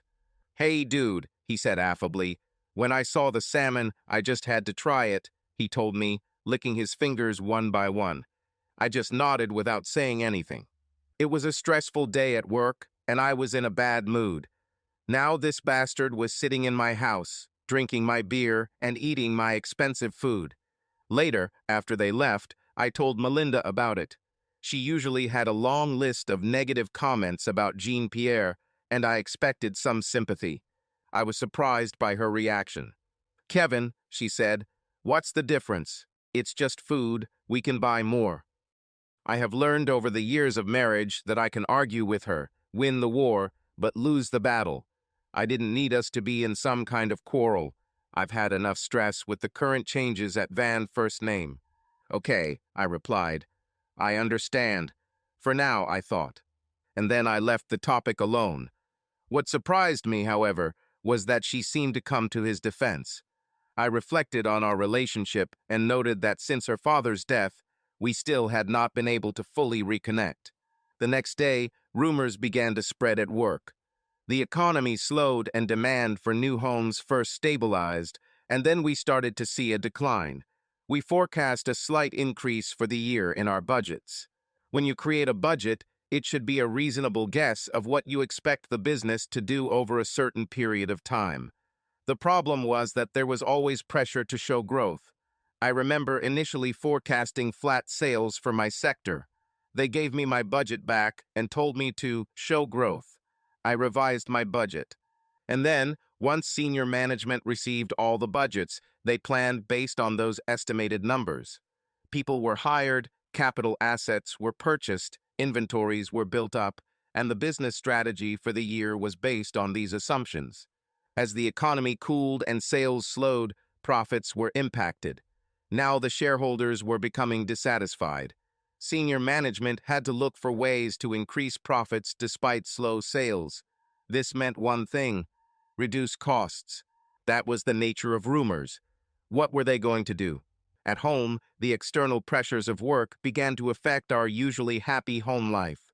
Melinda's real estate sales have slowed significantly. This didn't improve her mood. I was tense, worrying about the rumors in Van First Name. And besides, the girls were arguing. "I want my own room." Esme said, "I don't want to share a room with Francine anymore."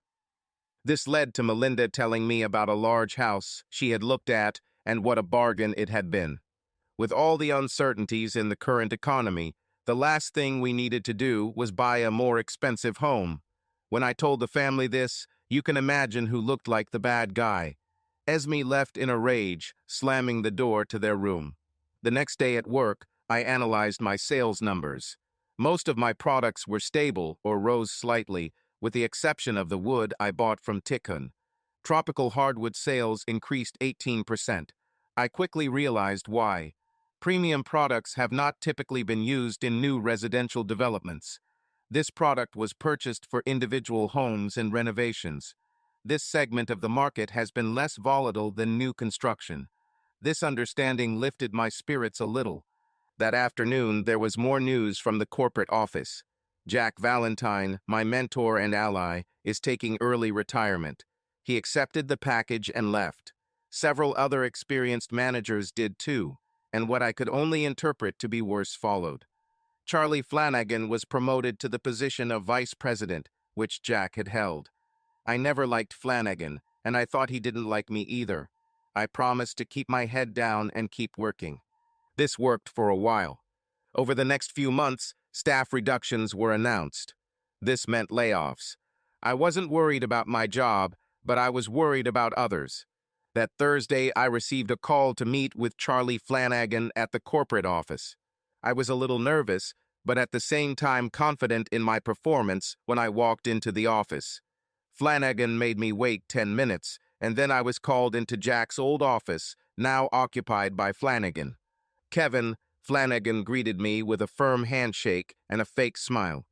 Have you ever been around someone who you know is an asshole, but he tries to play nice? This was what I encountered. I would much rather see the bastard remain a bastard. As you know, he began, we will have to make some changes to the current business environment. Wow, am I going to get fired? I began to think.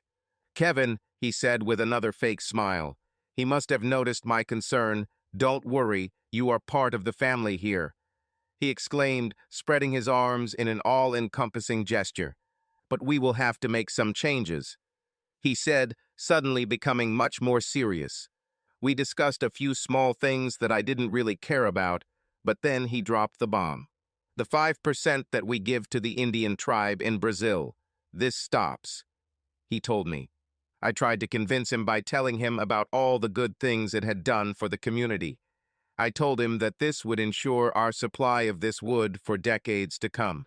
Decades ahead, he laughed. The only thing I care about now is the next quarter. Finally, I told him that tropical hardwood sales are up 18%. We don't need to do that. The business supports the discount. At 18%, that's good, he replied. Now we get an extra 5% profit. I like that. He added. Charlie, I said, I at least need to go and explain to them in person what we're doing. He looked at me for a long time without false gaiety on his face. His true bastard nature finally showed.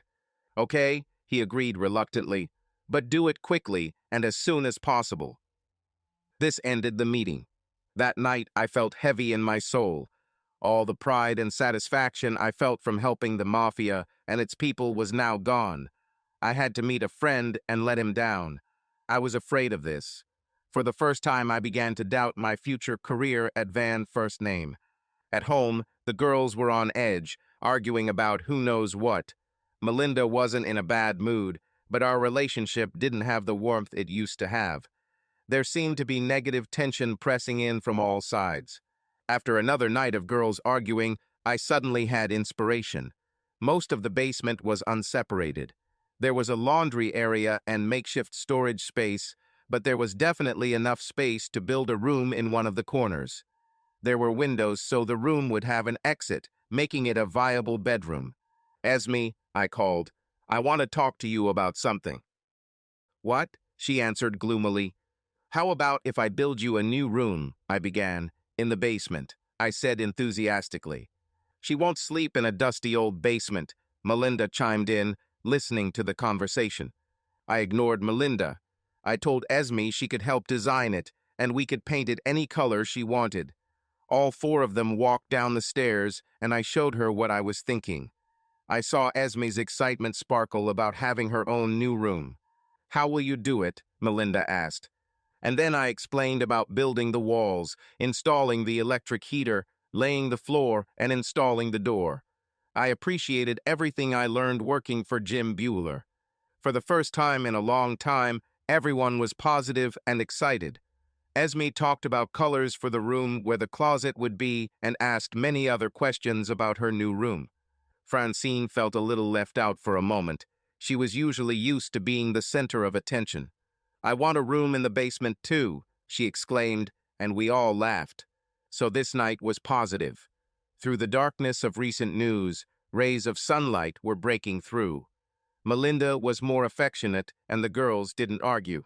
Meanwhile, the reality of problems at work was not so easily washed away. Ryan, one of the new interns, was laid off as part of the layoff. I liked Ryan, and I liked his work ethic. He was new to the woodworking business, but he seemed to understand the concept. Before he left, he went out of his way to stop by my office, thank me, leave his contact information, and shake my hand. One thing I had been putting off, but knew I had to do, was go to Brazil again and talk to Mafia and Takuna about changes in our program. I had to tell them the bad news. I also began to wonder if it would be possible to import this wood myself and open a small business. I could continue to work with the Mafia, and I was sure that he would want to work with me. I started looking for small business loans and made an appointment with the Small Business Administration for later in the week. In my free time, I started sketching out a business plan. On Tuesday, when I came home, Jean-Pierre was there. This was probably the longest continuous period he had seen the girls on his regular day without a cancellation. Maybe working at registers was helping him grow up, I thought. When I walked in, it was a real family scene. Melinda and Francine were sitting at the kitchen table talking to Jean-Pierre, who was drinking one of my beers. Melinda laughed at something Jean-Pierre said. "Kevin," Jean-Pierre smiled welcomingly at me. "Sit down, join me," he said, picking up one of my beers. He acted as if I was a guest in his home, sitting with my wife and drinking my beer. I simply nodded to the group and went upstairs to change. From the bedroom, I heard an animated conversation coming from the kitchen. The whole scene irritated me. I knew that if I had brought this up with Melinda, things probably wouldn't have gone well. Ultimately, it was a good thing that he was a more reliable part of the girls' lives, but I couldn't shake the feeling that I didn't trust Jean-Pierre. And although I, until now, had no reason to doubt Melinda, it felt like small cracks were starting to appear in our foundation. A week later, I was on an Azul flight to Brazil. Throughout the flight, I tried to think about how best to tell Mafi and Chikuna about the new financial changes. I wondered how they would react. Another thought I kept considering was starting my own business. Can I do this? Is it possible for me to be successful? And can I make money from this? These were the questions I debated with myself as I flew through the dark night sky. When I arrived in Mafi village, it was like a celebration. Music was playing, some were wearing ceremonial masks, and I could smell the delicious food being cooked. All of this made me feel even worse about the situation. After a warm hug, we sat down in the large dining area with plenty of food and drinks. "Kevin, my good friend," Mafi began, "how are you?" I couldn't match Mafi's wide smile and had to look away. I felt like I had let all these good people down. All the achievements they made in their village with the orphanage and school. Will they have to stop paying the teacher? These thoughts were running through my head as I thought about how to tell them about this. "Kevin," Mafi said, looking into my eyes.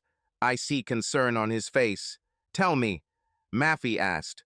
I took a deep breath and tried to explain about the financial downturn, the slowdown in home construction, and the decline in stock prices. Ultimately, I was able to convey to him how my company was being forced to change financial relationships that had been so successful for a long time. "Kevin," Mafi began, the wide smile now gone. "You don't do this. Does the big company decide?" he asked. "Yes," I said, nodding my head. He then conveyed to me that he should discuss this with some others. He suggested that I take a walk to the orphan school. I sat down on a stump on a small hill, overlooking the orphan school. I thought about all my problems. The job was stressful and could get worse. My relationship with Melinda was on the rocks. The girls have been less happy in recent days, and I didn't trust Jean-Pierre, but he was inextricably woven into our lives. My mood darkened as I thought about all my problems. But then, like a bolt from the blue, I opened my eyes. I listened. There were children around me who had almost nothing, even parents, but they laughed, rejoiced, and played. I looked at the group and saw one little girl, no older than 5 years old. She sang and played, clapping her hands, dressed almost in rags. I was just enjoying life. Oh, how I kicked myself. All my petty problems. At that moment, I knew what I was going to do. I was never afraid of hard work and was confident in my abilities. The only thing holding me back was leaving the comfort and safety of the van first name. I hesitated because my comfort was disturbed, and then I looked at these children, and I was worried about my comfort. I immediately went to find Maffey and explained to him what I wanted to do. He met me halfway along the path. There was a big smile on his face again. It looks like Maffey and the other Chikuna were thinking along the same lines as me, without all the details. "Kevin," said Maffey, "you buy wood from Tikkun. You sell, and then you pay." That would actually be wonderful. What I remembered from business classes in college was that cash flow is one of the biggest challenges for a new small business. If I can pay them after I sell the wood, it will greatly ease the cash flow problem. We talked late into the night about all the details of our new agreement. Discount from van first name expires in 90 days, so I had 3 months to set up my business. I already had a pretty good deal of confidence from the SBA that I could get some kind of loan and I could cash out my 401k. I also had some savings. I will have working capital. When I got home that Thursday night, I was excited to tell Melinda about my plan. Luckily, the girls didn't argue, and I had uninterrupted time to talk to Mel. I excitedly told her about my plan, the potential, and my agreement with China. The anxiety I had was not reflected in Melinda's reaction. "You mean you won't necessarily have a steady paycheck?" she asked. I kept trying to explain the margin I expected from the wood, and that's before I added other lines. She looked at me with blank eyes, expressing no support for my business plan. "Okay, I guess," she said unconvincingly. "Just try to leave on good terms so they'll hire you again if it doesn't work out." She added. Her attitude made me angry. I understand that she was worried. I knew that before we started dating. She had inconsistent months of income. And deep down, I also knew that part of my attraction to her in the first place was my stability and security. I understand. But what upset me the most was that she didn't have enough confidence in me. Over the next 3 months, I built a small business. I found a warehouse to rent. I confirmed my relationship with Tikuna and Maffey. I wrote a business plan and submitted it to the SBA. I was approved for a loan with a low interest rate. There were a lot of other details, but for now I was amazed at how smoothly everything went. One difficult thing I had to do was hire staff. I thought that I definitely needed an office employee and a warehouse employee. The fact that Van First Name was in the process of downsizing made it easier. I ended up hiring Janice Pilkington, Taylor's absent-minded sister, who compensated for her absent-mindedness by working hard, and Albert Ramos to work in the warehouse and shipping department. I made another hire, Ryan Christiansen. Ryan was an intern who was laid off at the beginning of the downsizing. My bet was that Ryan would be a good inside sales coordinator. Without sales, we wouldn't have a business. When I asked Ryan, he completely agreed. He was recently married and had just recently learned that his wife was pregnant with their first child. "Thank you, Kevin," Ryan replied after I asked him to join my new business. "I promise I won't let you down." In the last few weeks before launching my business, I met with Charlie Flanagan. I requested an appointment with him at his office without providing any additional details. "So what's going on?" asked Flanagan. "No fake pleasantries this time." "Charlie," I began, "this is my official 2-week notice." And I handed him one sheet of paper. "My last day will be February 24th. Flanagan simply stared at me, processing the implications of my information. "So what the hell are you going to do?" he asked, without any politeness or warmth. His true nature was revealed. I explained vaguely that I was going to try something of my own for a while, without going into detail. Before he had time to start ranting about non-compete agreements or violations of any corporate policies, I brought up the issue. "I've already talked to HR and the legal department," I said. "Nothing I'm doing violates any employee enterprise agreements." I saw his face turn red. He was starting to get angry. Flanagan always wanted to be in control. I could tell he was trying to find some way to thwart my plans, but he couldn't find anything. "Okay," he said dismissively, "you probably would have been fired anyway. This will save me severance pay." The final blow as he turned to the computer screen. Meanwhile, things were still a little tense at home, but at least they weren't getting any worse. I was homeless because I was setting up the office and warehouse after normal business hours. I usually didn't get home until 7 o'clock and still left around 5 every morning. I knew that at some point Melinda and I would have to talk to repair our relationship, but I was so caught up in the excitement of starting a business that I put it aside. Only for a short time, I thought. I was still working on Esme's new room. She was almost ready. I just had to install the trim, hang a hanger in the closet, and paint it. I told Esme that she and I could paint it this weekend. "You and I can go to the paint store on Saturday morning," I said, "and you can pick a color." She seemed pleased with this. That Saturday, Melinda and Francine were shopping. It was just Esme and I in her new room, which we were now painting a soft pastel yellow called Summer Dawn. We were comfortable in silence, both painting our areas. Esme was still introverted, but we had a good relationship and talked.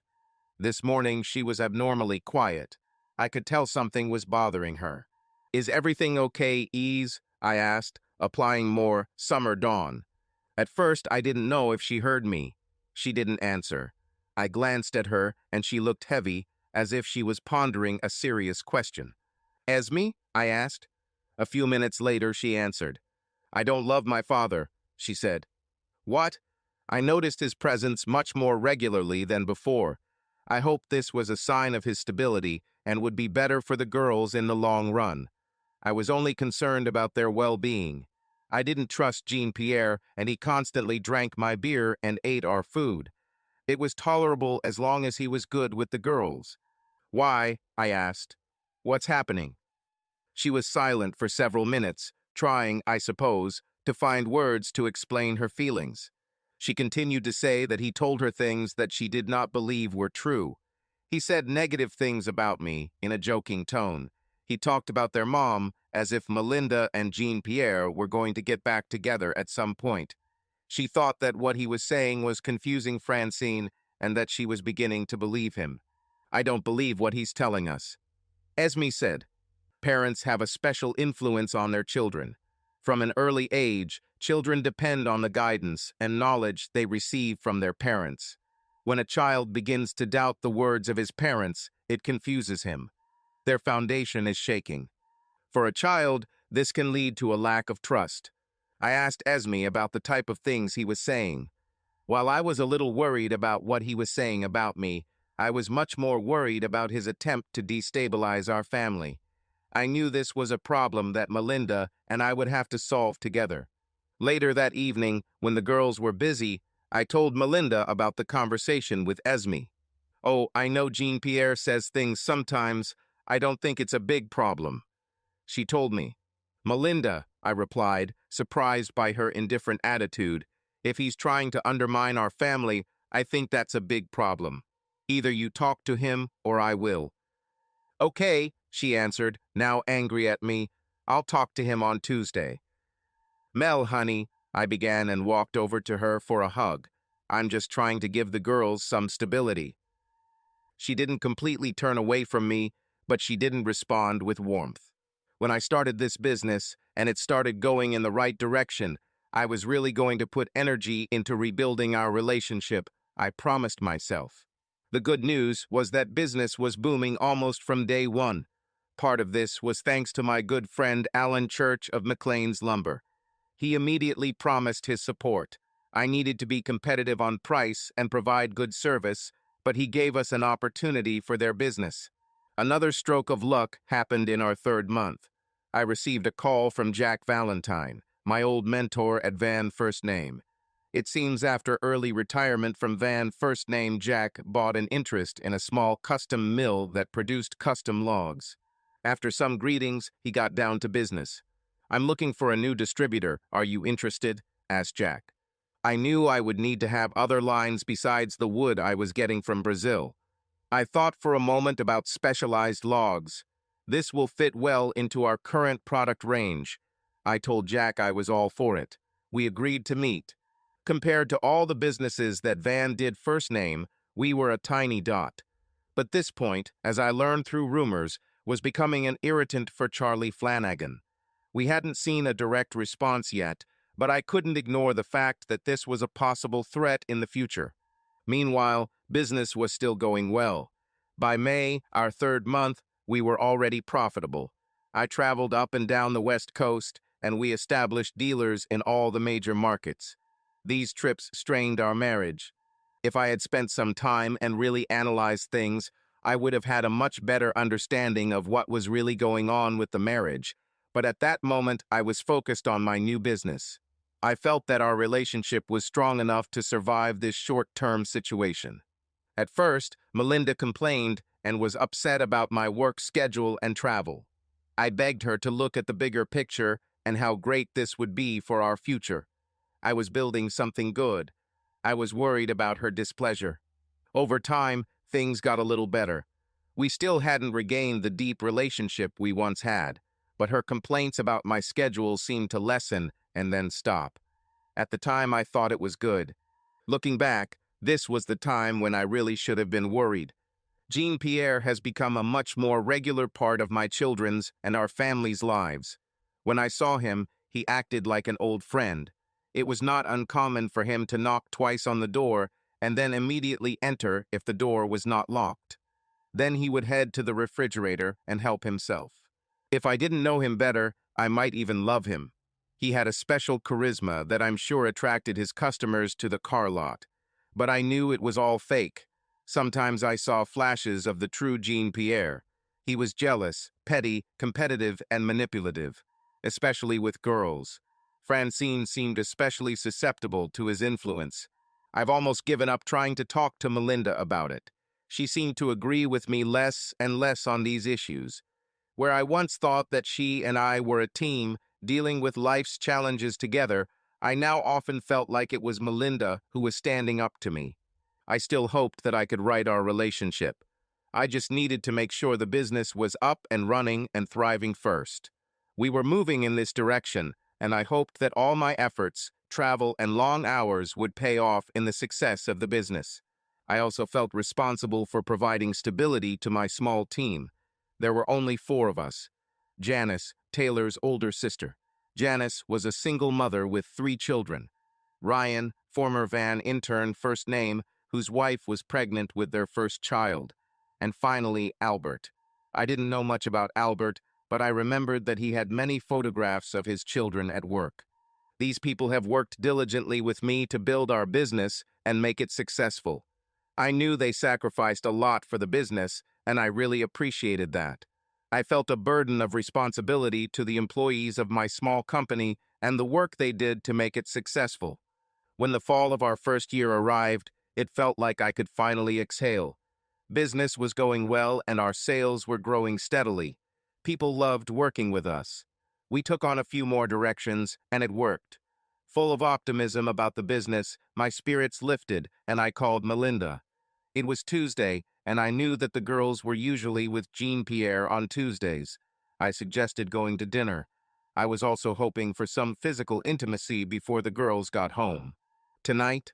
Melinda answered. I'm not sure. It's been a long day." Not the enthusiasm I was hoping for, but she didn't say no. "Come on, Mel," I answered. "When was the last time we went out together?" I asked. She fell silent. Several moments passed. "Okay," she finally answered evenly. Not a strong endorsement, but I was sure that when we were together, we would have a good time. Again, that Tuesday night, Jean-Pierre walked into my house like he owned it, grabbed a beer, and sat down at the kitchen table, waiting for the girls. He was relaxed, smiling and talking to me happily, as if he were an old friend. A few minutes later, Melinda came down the stairs, dressed nicely with light makeup for our evening. She looked really good, and Jean-Pierre noticed it. "My dear," he exclaimed, "Melinda, you look magnificent." He smiled and told her. "Are you going somewhere?" he asked. "Yes, Kevin and I are going to dinner," she replied. "Is it true?" Jean-Pierre asked in surprise. I watched this scene. I noticed that the slight smile on Jean-Pierre's face had disappeared. I also noticed that Melinda avoided meeting his gaze. She almost felt guilty that we were going to go together. The whole scene was strange and bothered me. Later at dinner, I debated whether to bring up the subject of Jean-Pierre. On the one hand, I needed to understand what was happening. Previously, the dynamics were strange, to put it mildly. On the other hand, we had a good time. One of the best times we've had together in months. I knew that if I said the wrong thing, the whole evening could be ruined. I decided not to say anything, to monitor the situation more closely and, if necessary, to take action at another time. The following week, I went on a business trip to California on Sunday. I was supposed to return on Wednesday. It so happened that I was able to finish all my business on Tuesday in the middle of the day and went to the airport early in the afternoon. There was a 3:40 a.m. flight that arrived in SeaTac around 6 p.m. I was out early and spent an hour talking with my friend Alan Church. It was 50-50ths business and personal. Right before we were supposed to board, my phone died. Unfortunately, I remembered that I had packed the charger in my checked luggage. I guess I'll just surprise Melinda and the girls with my arrival tonight instead of tomorrow. It was already dark when I arrived home that Tuesday evening. The lights were on in my house when I arrived. We've all heard stories about businessmen who arrive home early and find their wife with someone else. In fact, in some respects, I might prefer it. But that's not what I found. When I opened the door, there was pizza on the kitchen table, music was playing, and Francine and Jean-Pierre were laughing. Home scene. I was a trespasser. All four of them were having fun at my house. All eyes were directed at me in surprise when I entered the house with a suitcase. Melinda looked guilty, as if she had been caught doing something bad. Esme just looked at me with a slight sadness on her face. Francine didn't stop what she was doing and barely noticed me. Good old Jean-Pierre was calm and friendly. "Welcome to my home." "Kevin," he began, "welcome. Would you like something to drink?" He acted as if it was his home and I was a guest. He looked into the refrigerator. "There's no beer," he said. "Kevin," Melinda interjected, "I thought you were coming back on Wednesday." "It's girls' night with Jean-Pierre, and they brought pizza home," she explained. It was a completely logical explanation, except that there were several things wrong with the situation, including the fact that Jean-Pierre acted as if this was his home, and the fact that Melinda so naturally joined in the fun. "Yes," I said, "I finished my business early," I said, walking up the stairs to the bedroom. I started putting my things away and unpacking my suitcase. From the kitchen below came the muffled sound of Jean-Pierre saying something and Francine laughing. A few minutes later, Melinda came into our bedroom. "How are you traveling?" she asked. Although I believed that it was important to Melinda that my business do well, she was never particularly interested in the details of its success. I was silent, still processing the circumstances of the evening. Finally, I looked at Melinda. "Melinda," I said, "everything went well. Now, why don't you go back downstairs and join the girls? I've had a long few days." I let her go. She froze before walking away. "You act like you're angry about something," she asked. "Yes, I guess," I said too loudly, then continued more quietly. "I come home, and the whole family, including my wife, is having fun in my house. Including your disgusting ex-husband who failed these girls countless times. Not to mention he acts like our refrigerator is his too." This was probably more than I wanted to say, but I couldn't help myself. I was tired and Jean-Pierre's behavior irritated me. "You're making a big deal out of a mountain," she said. "Jean-Pierre has recovered, and it's important that he be in their lives. After all, he is their father." She made it clear that I understood this last point.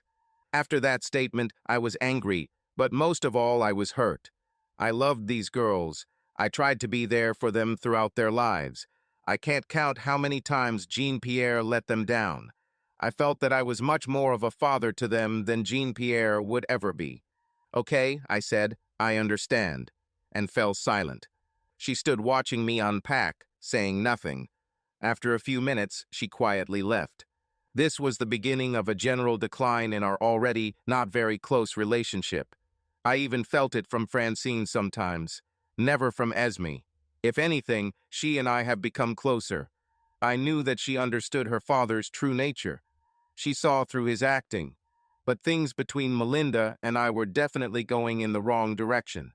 In retrospect, looking back at that time, I realized that there were two main reasons that contributed to everything that happened. First, it was Jean-Pierre, or more accurately, Jean-Pierre and Melinda's deep, long-rooted attraction to him. Intellectually, I'm sure she knew he was irresponsible, untrustworthy, and selfish. But there was this attraction to the bad boy that overshadowed the stable security she found in me. Second, my work schedule and circumstances that occurred in early January.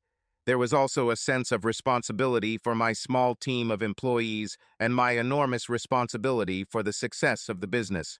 If I were still working at Van First Name, I later reflected, I could have invested more time in the marriage, and perhaps things could have turned out differently. But that's not what happened. There was some loss of heat, although there were no direct discussions about the problems. Our once healthy sex life had faded, and it was rare that our moods matched. And then I got the call in January. Despite the negative environment in my home, the business was doing well. We had a successful first year and were planning for growth in the second year. My small team worked together and our business grew. I appreciated the hard work, long hours, and other sacrifices my 3 employees made. Almost half of our business was now associated with McLean's Lumber. This was largely due to my friendship with Alan Church. I made sure McLean's got good deals, and Alan ensured a constant flow of business. However, I knew that having so much business with one client was a risky situation. If there were any disruption to the business, it could be catastrophic. And that's exactly what happened. I found myself in the office when I saw an incoming call from Alan Church. "Hey, buddy, what happened?" I asked, relaxed. "Man, this is really hard," he began. Suddenly, my relaxed mood disappeared. I knew Alan well enough to know from the tone of his voice that this was not a good thing. It turned out that Van First Name offered McLean's an incredible deal to supply tropical wood for a year. They went straight to Alan's boss. "What price did they offer you?" I asked, thinking that maybe we could even it out. When he named the price, it was below my costs. I couldn't get any closer to the Van deal First Name. This, I knew, was Charlie Flanagan's shot through the nose. "Kevin, I'm sorry," Alan said. "I have tried. I talked about your quality and the excellent service you provide. It didn't matter. My management said we needed to be price competitive in the market," he explained. I thanked him, and we soon hung up. I sat there crunching the numbers, our sales, our expenses, our cash reserves. Losing McLean's business will really hurt. By my calculations, we could be out of business within 3 months, maybe 4. I needed to do something. I gathered my staff. It wasn't difficult. There were only 3 of them. I told them the news and explained that I was working on a plan. The problem I didn't tell them was that I had no idea what the plan was. I told them that if anyone wanted to leave and find a job elsewhere, I totally understood that. They just sat and looked at me. Shocked, I think, and no one spoke for a couple of minutes. Finally, Albert said something. "Boss," he began, "will we still be paid?" I took a deep breath. "Yes, you will all still be paid," I said, "but if you have other options, please feel free to consider them." As I stood and looked at them, I wondered how I was going to pay them the way I just said. At this moment, I didn't know. "Kevin, Ryan interrupted my gloomy thoughts. I'm not going anywhere. I think if we all work hard, we can get through this, he told me. I'm with Ryan, Janice Pilkington said. Albert simply nodded in agreement. Okay, thanks everyone, I told them. I'll come up with a plan and keep everyone informed. I was touched by the loyalty of my employees, but the burden of responsibility weighed heavily on my shoulders. Janice, a single mother with 3 children, Ryan with a newborn, and I knew that Albert also had a family. It was a big responsibility, and I also had to think about my family. When I broke the news back home, the response was not as positive as that of my staff. I asked everyone to sit down at the kitchen table. We needed to discuss something important. I explained my business situation and said that we would have to save for several months. What do you mean by saving? Melinda asked, standing with her arms crossed. We'll have to watch what we spend, cut back on some things, and just be careful. I explained to Melinda and the girls. My birthday is next month, and you promised me an iPhone, Francine said. Esme got an iPhone when she was my age, she added. We'll see, was the only thing I could agree on at the moment. Francine was angry and expressed it. Melinda was angry but remained silent. Only Esme seemed to understand. The family meeting broke up. Francine slammed the door and Melinda left. I sat deep in thought, trying to analyze all the possible options for my business and my life. When I received an unexpected kiss on the cheek from Esme, I was surprised. Esme was usually quite reserved. Thank you, Ease, I told her. I appreciate this gesture. It was her way of saying, I understand and I'm on your side. I sat up late that night going over our finances as well as the business's finances. The problem was cash flow. We had inventory, but I needed money to keep the business going. One of the ideas I considered was to take up construction on the side. In our area, it always seemed like someone needed a fence, new siding, deck, or garage. If I worked Saturdays and Sundays, I thought I would have enough to pay our household bills. On Monday morning, more bad news arrived. More of our customers switched to the van product first name. Our sales will suffer even more. I hit the road. Over the course of the week, I closed several new deals and retained some more of our existing business. Not enough, but it helped. I got into a routine where I spent my days in the fields making sales and my evenings during the week in the office, doing all the other tasks required to run a business. I contracted a side job for the weekend. I was building a fence for a neighbor 2 streets away. This gave me the money I needed to cover my running expenses. 100% of business income went towards paying employees' salaries and other operating expenses. I knew deep down that it wouldn't be enough. Over the next month, business was 40% below target. It was unsustainable. My reserves were depleting too quickly. In the market, I saw van products everywhere. Their material was not as high quality as ours, but it was cheap. I continued to work day and night. Our home life, as difficult as it was, became even worse. I've never been home, and when I was at home, I was constantly asked about money, our finances, and bills. I started sleeping a few nights a week in the office. I had an all-expenses-paid trip planned to Brazil back in the good times when money wasn't such an issue. I was supposed to leave in 30 days. No matter how much I was needed here, I still needed to go to Brazil. Something was wrong with Melinda, and for some reason I thought it had to do with Jean-Pierre. Not long ago, despite the growing gap between us, we communicated. It wasn't always positive, but at least we knew what was going on in each other's lives. Many conversations concerned girls, their little successes, their problems, and the day-to-day discussions that parents have about their children. Our communication has practically stopped. In many ways, it was my fault.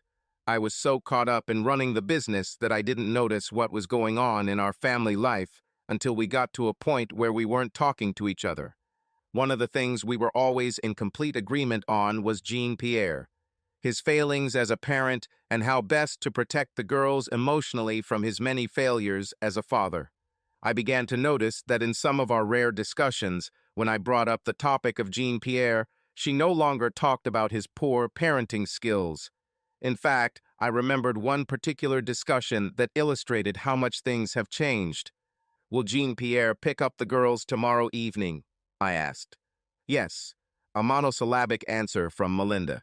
"Wow," I said. "This could be some kind of record. 4 weeks in a row without bringing in girls," I said, half jokingly.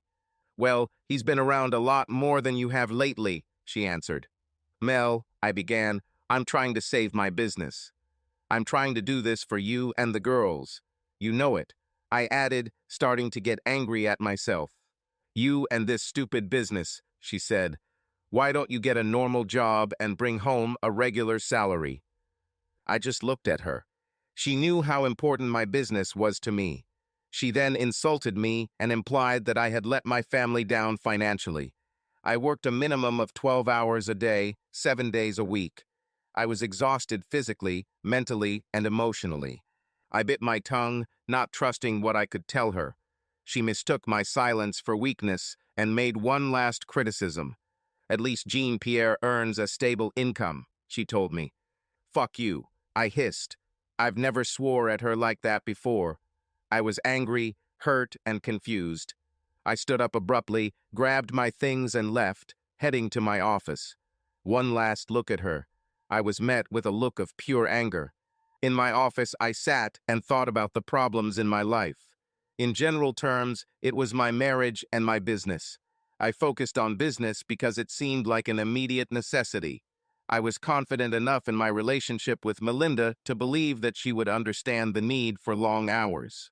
It looks like I may have overestimated this question. Okay, I swore to myself. I knew I needed to invest some time in my marriage starting tomorrow. Perhaps it's best that we both cool off tonight. The rest of the evening I focused on business. It was Tuesday evening, about 7 o'clock. I collected some money for a bouquet of flowers for Mel, a sign of reconciliation. I almost knocked when I approached our house. Smiling, I opened the door. To say that I was surprised is to say nothing. My mother-in-law and the girls were there watching TV. No Melinda. "Hey, Dad," Esme said. Francine simply waved at me without looking up from the TV. Esme started calling me Daddy. Sometimes Francine does too. "Hi, Kevin," my mother-in-law said to me. "Where is Melinda?" I asked. Her mother told me that Melinda went out with friends. I noticed that she was acting strange and wouldn't look me in the eyes when she said this. Was she hiding something? I asked her about specific friends, and she claimed she didn't know. Something was wrong. And then I asked her the next question. "Why aren't the girls with Jean-Pierre?" I asked. My mother-in-law, like her daughter, is an attractive woman. There is no doubt about it, even at her age. But it's hard to say she's particularly smart. This became obvious when she answered my question about girls and Jean-Pierre. "They saw him before they left," she said, not realizing her mistake. "Before anyone left?" I asked, unfortunately knowing the likely answer. "Jean-Pierre and Mel." She finally realized that she had said something wrong. I questioned her further, but she completely closed off. I told her that since I was home, she could leave. "I'll stay with the girls." At first, she insisted that she would stay, but very quickly changed her mind. It was actually a nice evening, just me and the girls. I thought about how much I enjoyed spending time with them. I tried not to think about the long-term consequences of my relationship with girls. Finally, I put the girls to bed and waited. It was already after 10 when I heard the sound of a car approaching. The headlights reflected on the living room ceiling. I heard the car drowned out, and for several moments nothing happened. I'm guessing they saw my car and were wondering what to do. She looked worried when she entered the house. Emotionally, I was exhausted. With all the extra hours I was putting in at work, working weekends to bring money into our home, all the financial and business pressure I was under, I was incredibly stressed.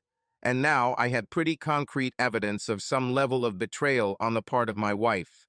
She just looked at me when she entered our house, an unpleasant expression on her beautiful face. "How was your night?" I asked, pretending to be calm. I was far from calm inside. "Fine," a one-word answer. "I was surprised to see your mother," I said. wondering in which direction she would take the conversation. She wanted to spend time with the girls, she said. Her eyes no longer met mine. Tuesday, I said, as if I had just remembered. Isn't it Jean-Pierre's night with the girls? I asked, knowing for sure that this was so. He had something else, she replied, tension in the room. Oh, and what was that? I asked, just out of curiosity. I don't know, she said, falling into a trap. I'm tired. I'll go to bed. I sat and watched her walk up the stairs. My whole world, which was held together by threads, changed again. The slope this time was quite steep. Basically, my business was slowly dying, and the people I was responsible for would suffer. I promised them to take care of them, and they trusted me. And now my suffering marriage, which I always felt I could fix once business got better, may have just taken an unforgivable turn. I wasn't sure of the level of deception, but I was starting to have a pretty good idea. Lastly, and perhaps most importantly, are the girls. Although I never said it out loud, deep down, I was responsible for these girls. Yes, Jean-Pierre is their biological father, but these girls need more than an unreliable, selfish man. I always planned to be there for them. Now I imagine scenarios where this might not happen. These thoughts were running through my head as I drove to my office that night. Sleep did not come easily, and I spent half the night at work. For the next few weeks, it was like I was in a submarine. I just worked, rarely going to the surface. When I was home, the situation between Melinda and I was neutral at best. I haven't asked her questions about Jean-Pierre yet. Please don't get me wrong, I did not accept their relationship in any way. But when I thought a few steps ahead, confrontation could have devastating consequences for my relationship with girls. I needed a plan. I haven't come up with one yet, but I was sure that I would come up with it. If there was one piece of good news, it was that business had stabilized. We were still far from my predictions, but it seemed like we had hit rock bottom.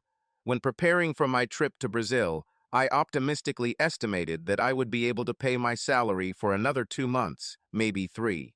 The farewell when I left for my trip in the morning could not be called warm. Melinda didn't even say goodbye. I received a hug from Esme and a bye daddy from Francine. That's all. As I was walking to the car, Esme suddenly appeared alone. Hey, Ease, what happened? You've already said goodbye to me, I told her good-naturedly. Dad, she began. I loved it when she called me Daddy. I'm afraid to tell you something, she told me. What is it, honey? I asked. She stood there for a few moments and then spoke. She said that sometimes when I was not home, Jean-Pierre would come, and sometimes, she said, he and her mother would go up to her mother's bedroom.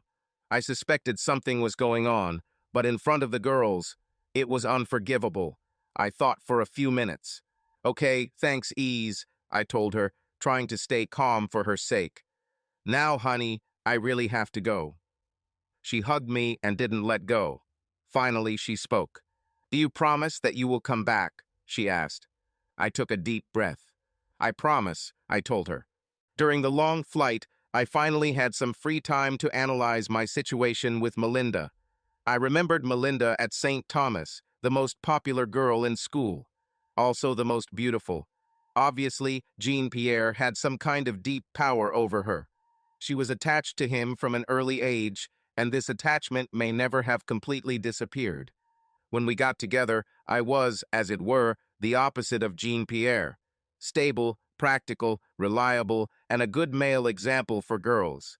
But Jean-Pierre was competitive, and he played the long game. He gradually and quietly integrated into her life and her bed. But as I said, the attachment was formed years ago, and now Jean-Pierre was tightening it up. Of course, my business problems contributed to this.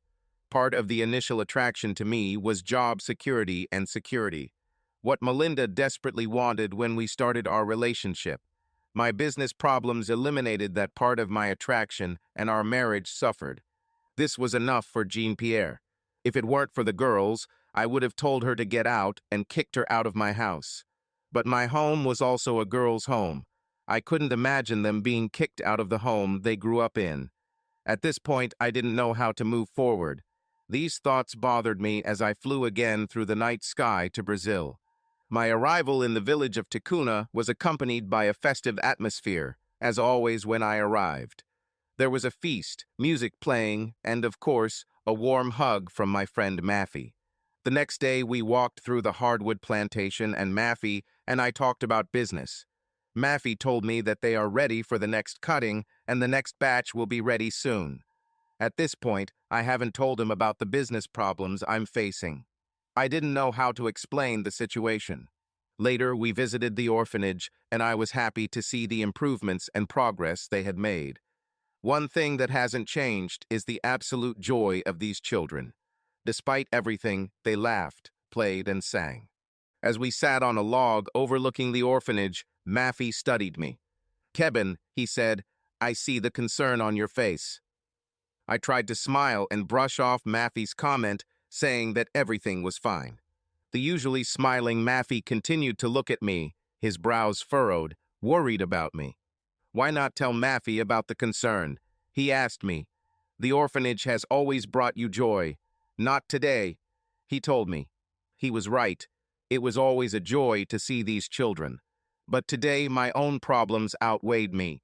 I looked into the distance, thinking for several minutes. I then looked back at Maffy. His concern for me was obvious. I had to tell him what was happening.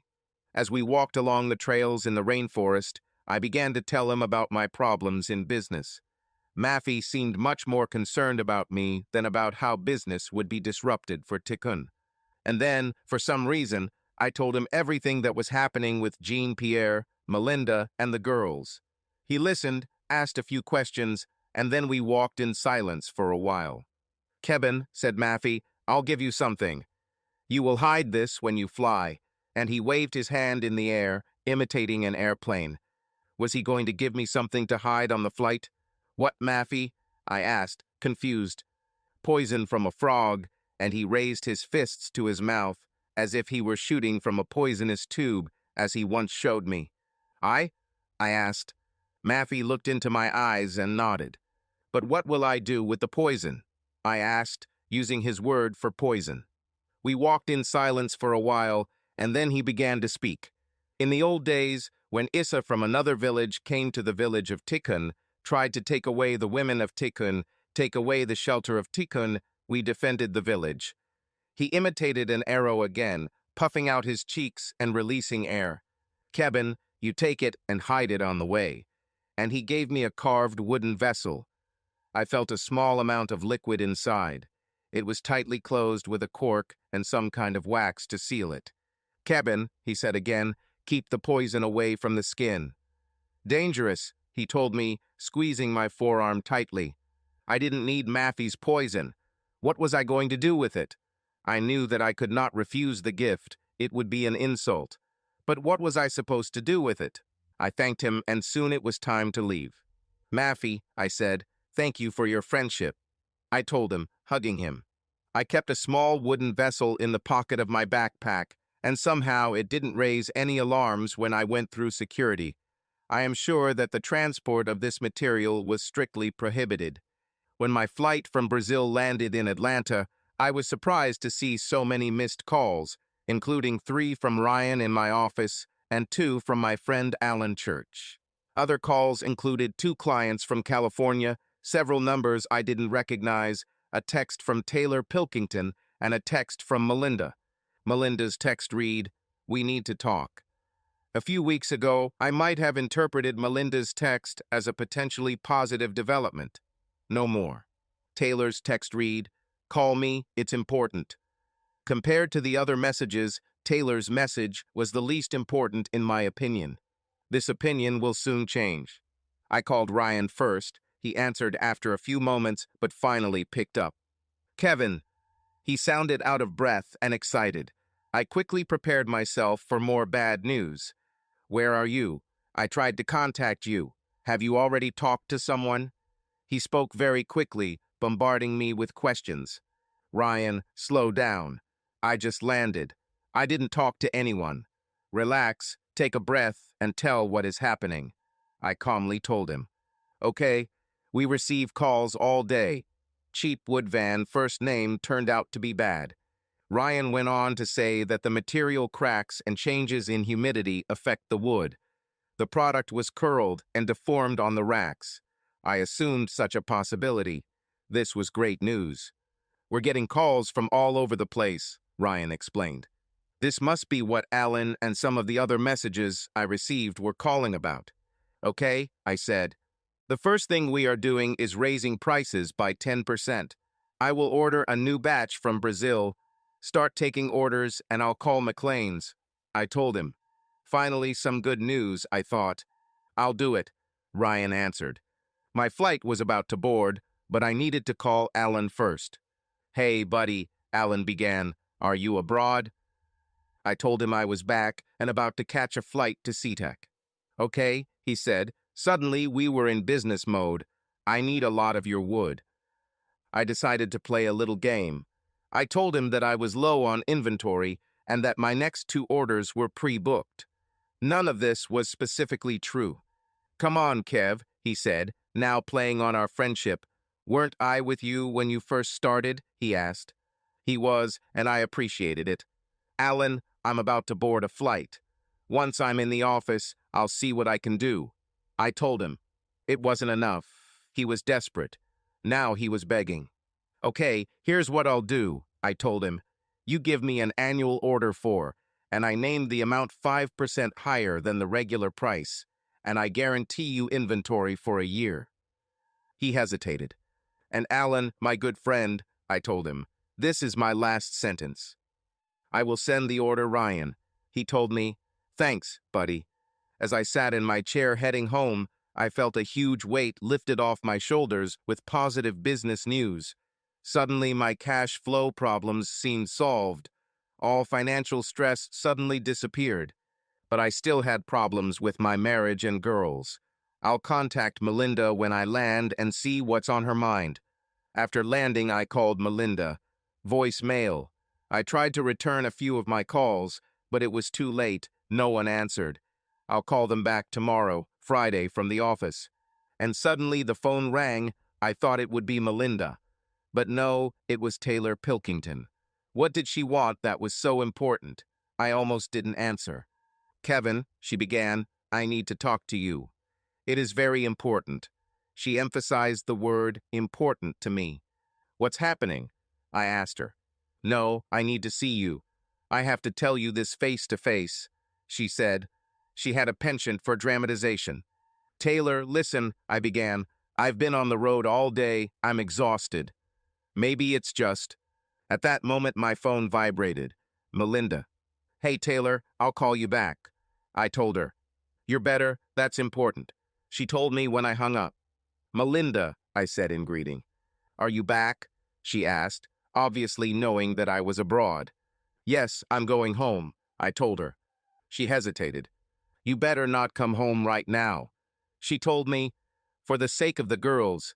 She knew that this was my weakness. Why? I asked, but I think I knew the answer. Listen, it's complicated, she said. We need to talk, I know. Just not now, not yet. Maybe on the weekend. Please do this for the girls, she added. I was seething with anger as I drove through the rain. Finally, I answered. Okay, but we need to talk soon, I told her. Okay, I heard her quiet answer. Several moments passed before I realized she had hung up. I drove in a state of prostration, vaguely heading towards my office, where I had already slept for too many nights. Mentally, I started organizing my day and the calls that needed to be made on Friday. And then I thought about Taylor. Perhaps it would be better to deal with what she had to say as soon as possible. One less thing to do on Friday. Meet me at Stagecoach in 20 minutes, she told me after I called her back. Stagecoach was a working-class bar in South Puget Sound. It was dark and cozy there. We arrived at the same time. Taylor looked worried. My curiosity about this meeting intensified. Okay, Taylor, I began.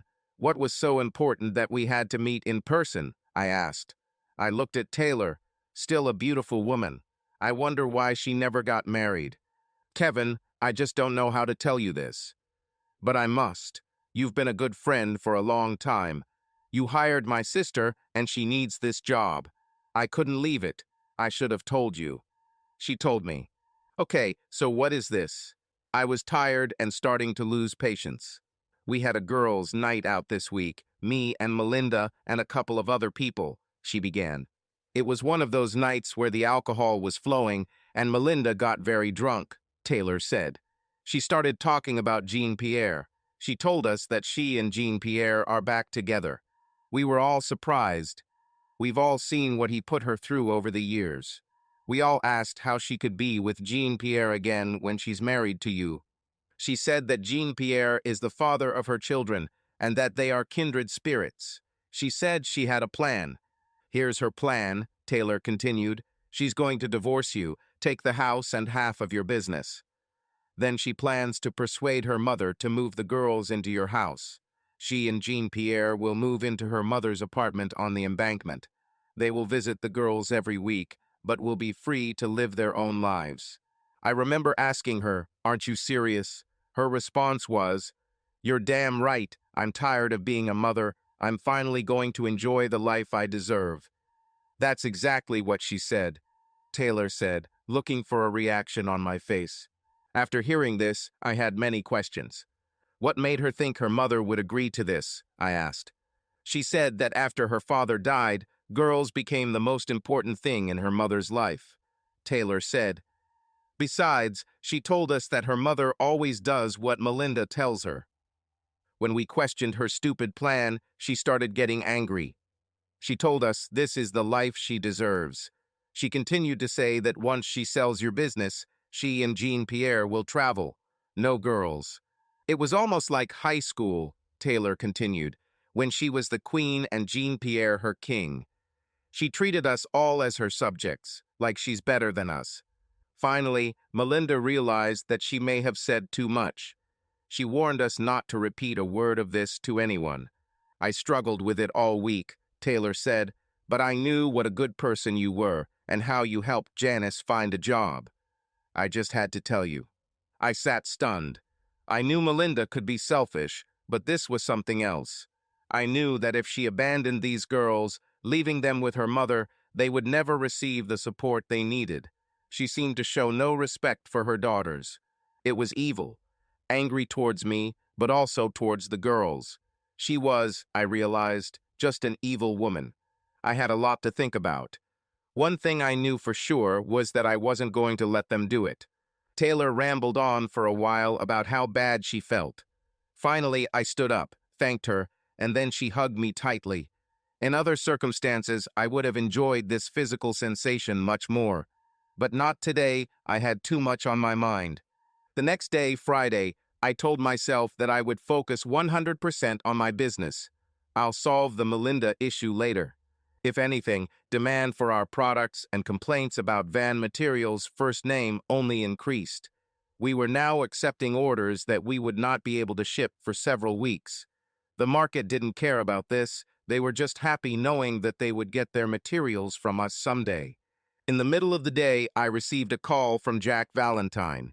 He asked about business and heard about the defective wood van first name at McLean's and other locations.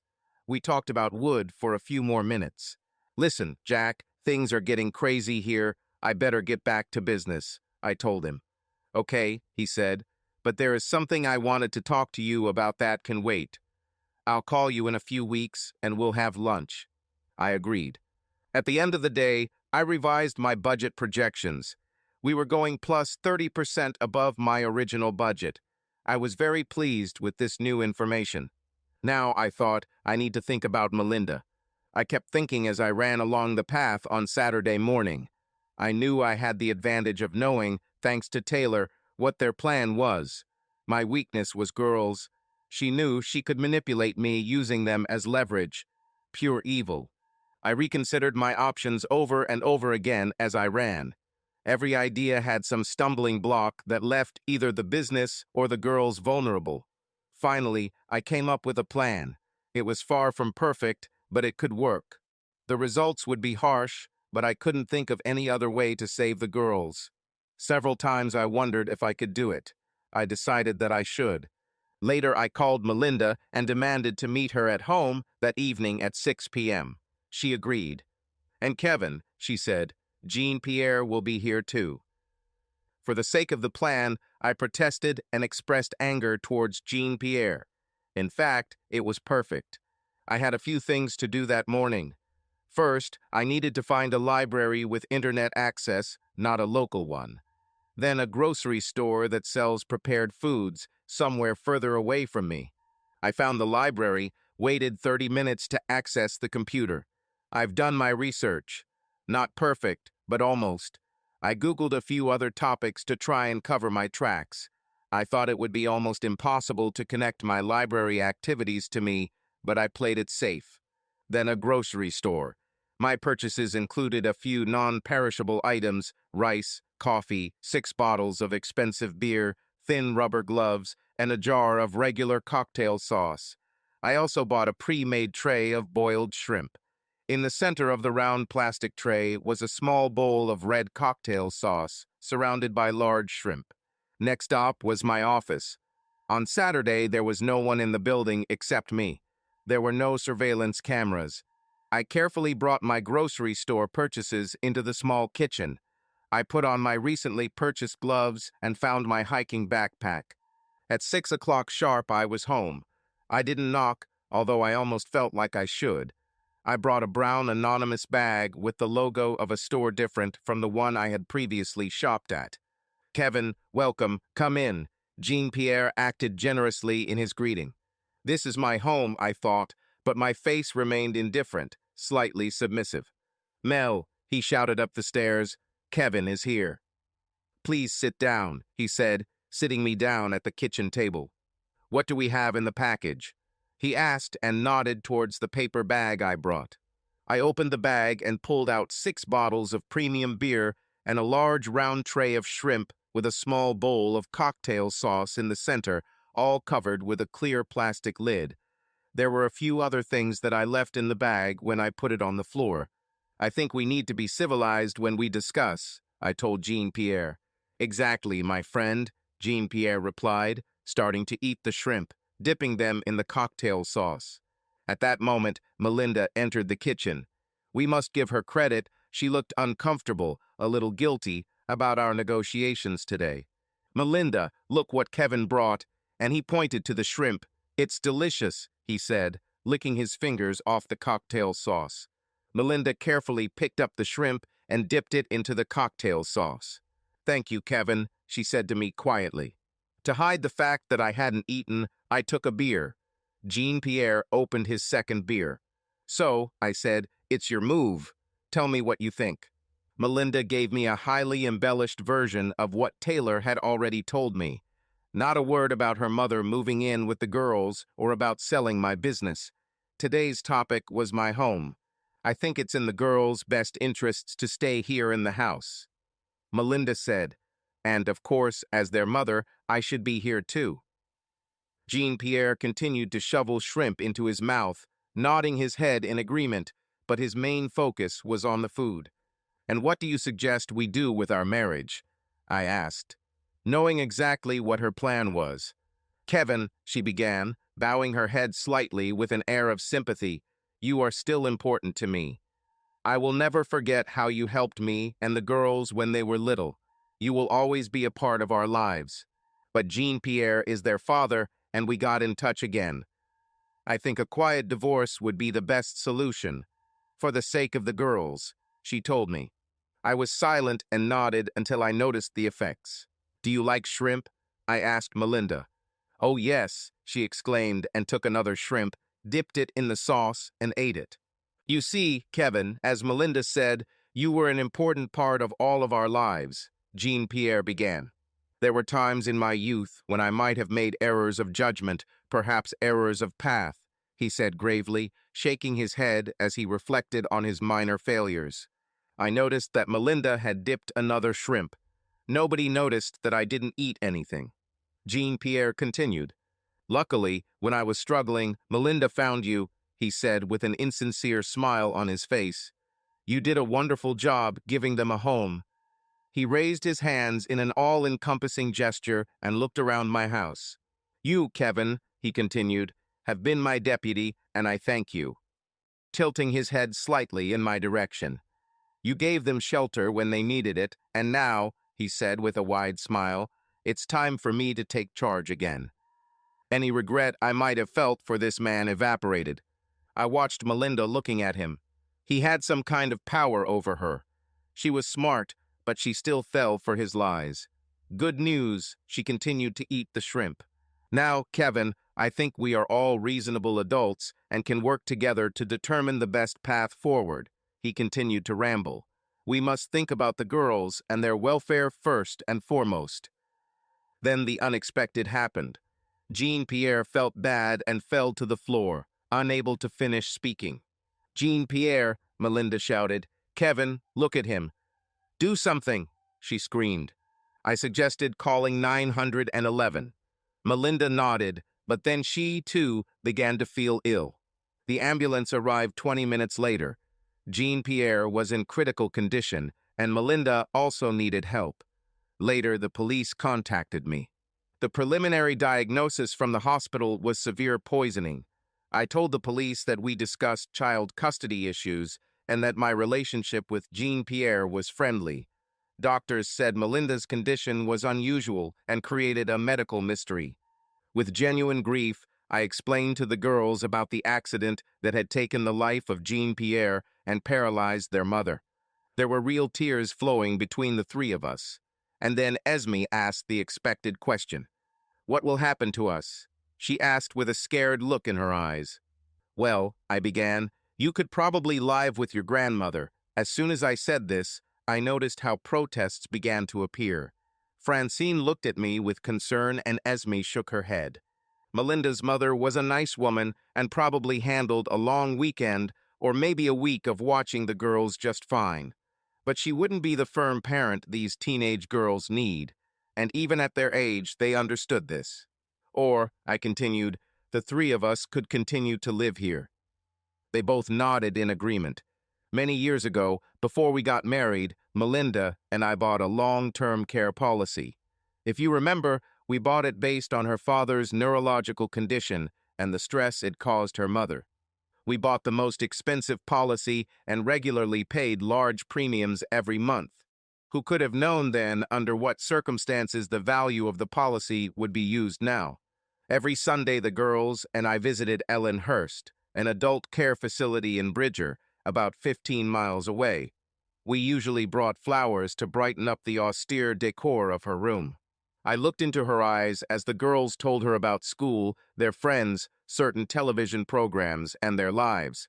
I truly believe I saw glimpses of true warmth as she listened to the girls talk. It was different when she looked at me. Somehow, through her motionless state, she was able to express anger when she looked at me. I guess it was more than my imagination, but the girls never noticed. But I saw hatred in her eyes. I asked the doctor at Ellenhurst about her condition. It's unlikely that she will recover, he told me. If she had received medical care faster, everything could have been different. By the time she got to the hospital, her nervous system was too damaged, he explained. Her brain is fine and so is her vision. She can hear and understand what is being said, but her nervous system has been damaged, so she can neither move nor speak. The good news is that other than that she looks healthy and should live many more years. He added, Did you hear, dear? I asked her after the doctor left. The doctor said that you are healthy, I said with a wide smile. I didn't think it was possible, but her eyes expressed even more hatred as she looked at me. Many months later. Vacation at last, I thought as the plane flew southwest. We've been talking for months, but it's been a long time since I've actually seen her. I was attracted to her at that high school dance. It will be interesting to meet her there. We discussed our plans, and I think it will be a surprise for her. I hope she enjoys it as much as I do. Melinda's mother happily stayed with the girls for a week. Much has changed, but some remains the same. The girls and I lived in my house, and yes, they missed their mother, but overall they seemed to be coping well. Jean-Pierre was rarely mentioned. Another thing that has remained the same is my long-distance friendship with Maffey. He never asked if I used poison, and I never mentioned it. I remembered my last visit to him. Kevin, he said, hugging me by the shoulders, Maffey sees that you are happy now. I simply nodded. No explanation was needed. My business has changed too. Over the past year, Jack Valentine and I have merged our companies. This was something Jack wanted to talk to me about months ago. Jack was the CEO and I was the president. Together, we now had 22 employees and were doing great. Sometimes I missed the crazy times when it was just the four of us, Ryan, Janice, Albert, and me. But more often than not, I was happy with the structure of our larger company. Like now, with Jack in charge, I could afford a well-deserved week's vacation in Maui. She came from Japan, where she worked. Our communication in recent months has only been remote. I think this is how relationships work in the modern world now. Finally, we will be together. My flight landed about an hour before hers. I'll rent a car. Finally seeing her and hugging her after all our correspondence was incredible. She looked even better in person. "Oh my God, what a flight," she sighed. "Our check-in at the hotel is only at 4 o'clock, I told her. "Just take me to the beach. I have a swimsuit under my clothes. I need to feel the ocean," she told me. "Okay," I smiled. Finally, I thought, this will be interesting. We parked and stripped down to our swimsuits. She looked better than she did in high school. She caught my eye and smiled. "This way," I told her as we walked along the hot sand. We climbed over a rocky outcrop, and there was a beautiful bay on the other side. I wonder how long it will take her to notice. We were about halfway through before she realized. "This is a beach for those who like to sunbathe naked," she asked. She stopped and looked at me. I couldn't tell if she was angry or not. We continued walking. We found a spot and laid out our beach towels. "Nicole," I said, "you don't need to take anything off." Yes, it was Taylor's cousin Nicole Arnez, my date to graduation, with the described fantastic breasts. She looked at me, smiled, and said, "In Rome, act like a Roman." And she took off her top. There were no exaggerations. They were fantastic. Besides, I remember how you stared at me on our first date. It's high time you saw them in person. "What do you think?" she said. "I think you need sunscreen," I said with a smile. Subscribe to our channel so that your love doesn't cheat on you, and go ahead and listen to the next story, because this story is nothing compared to the next one. If you're under 18, don't even think. Click to the next one. Click to the next one. Click to the next one. Click to the next one. Click to the next one.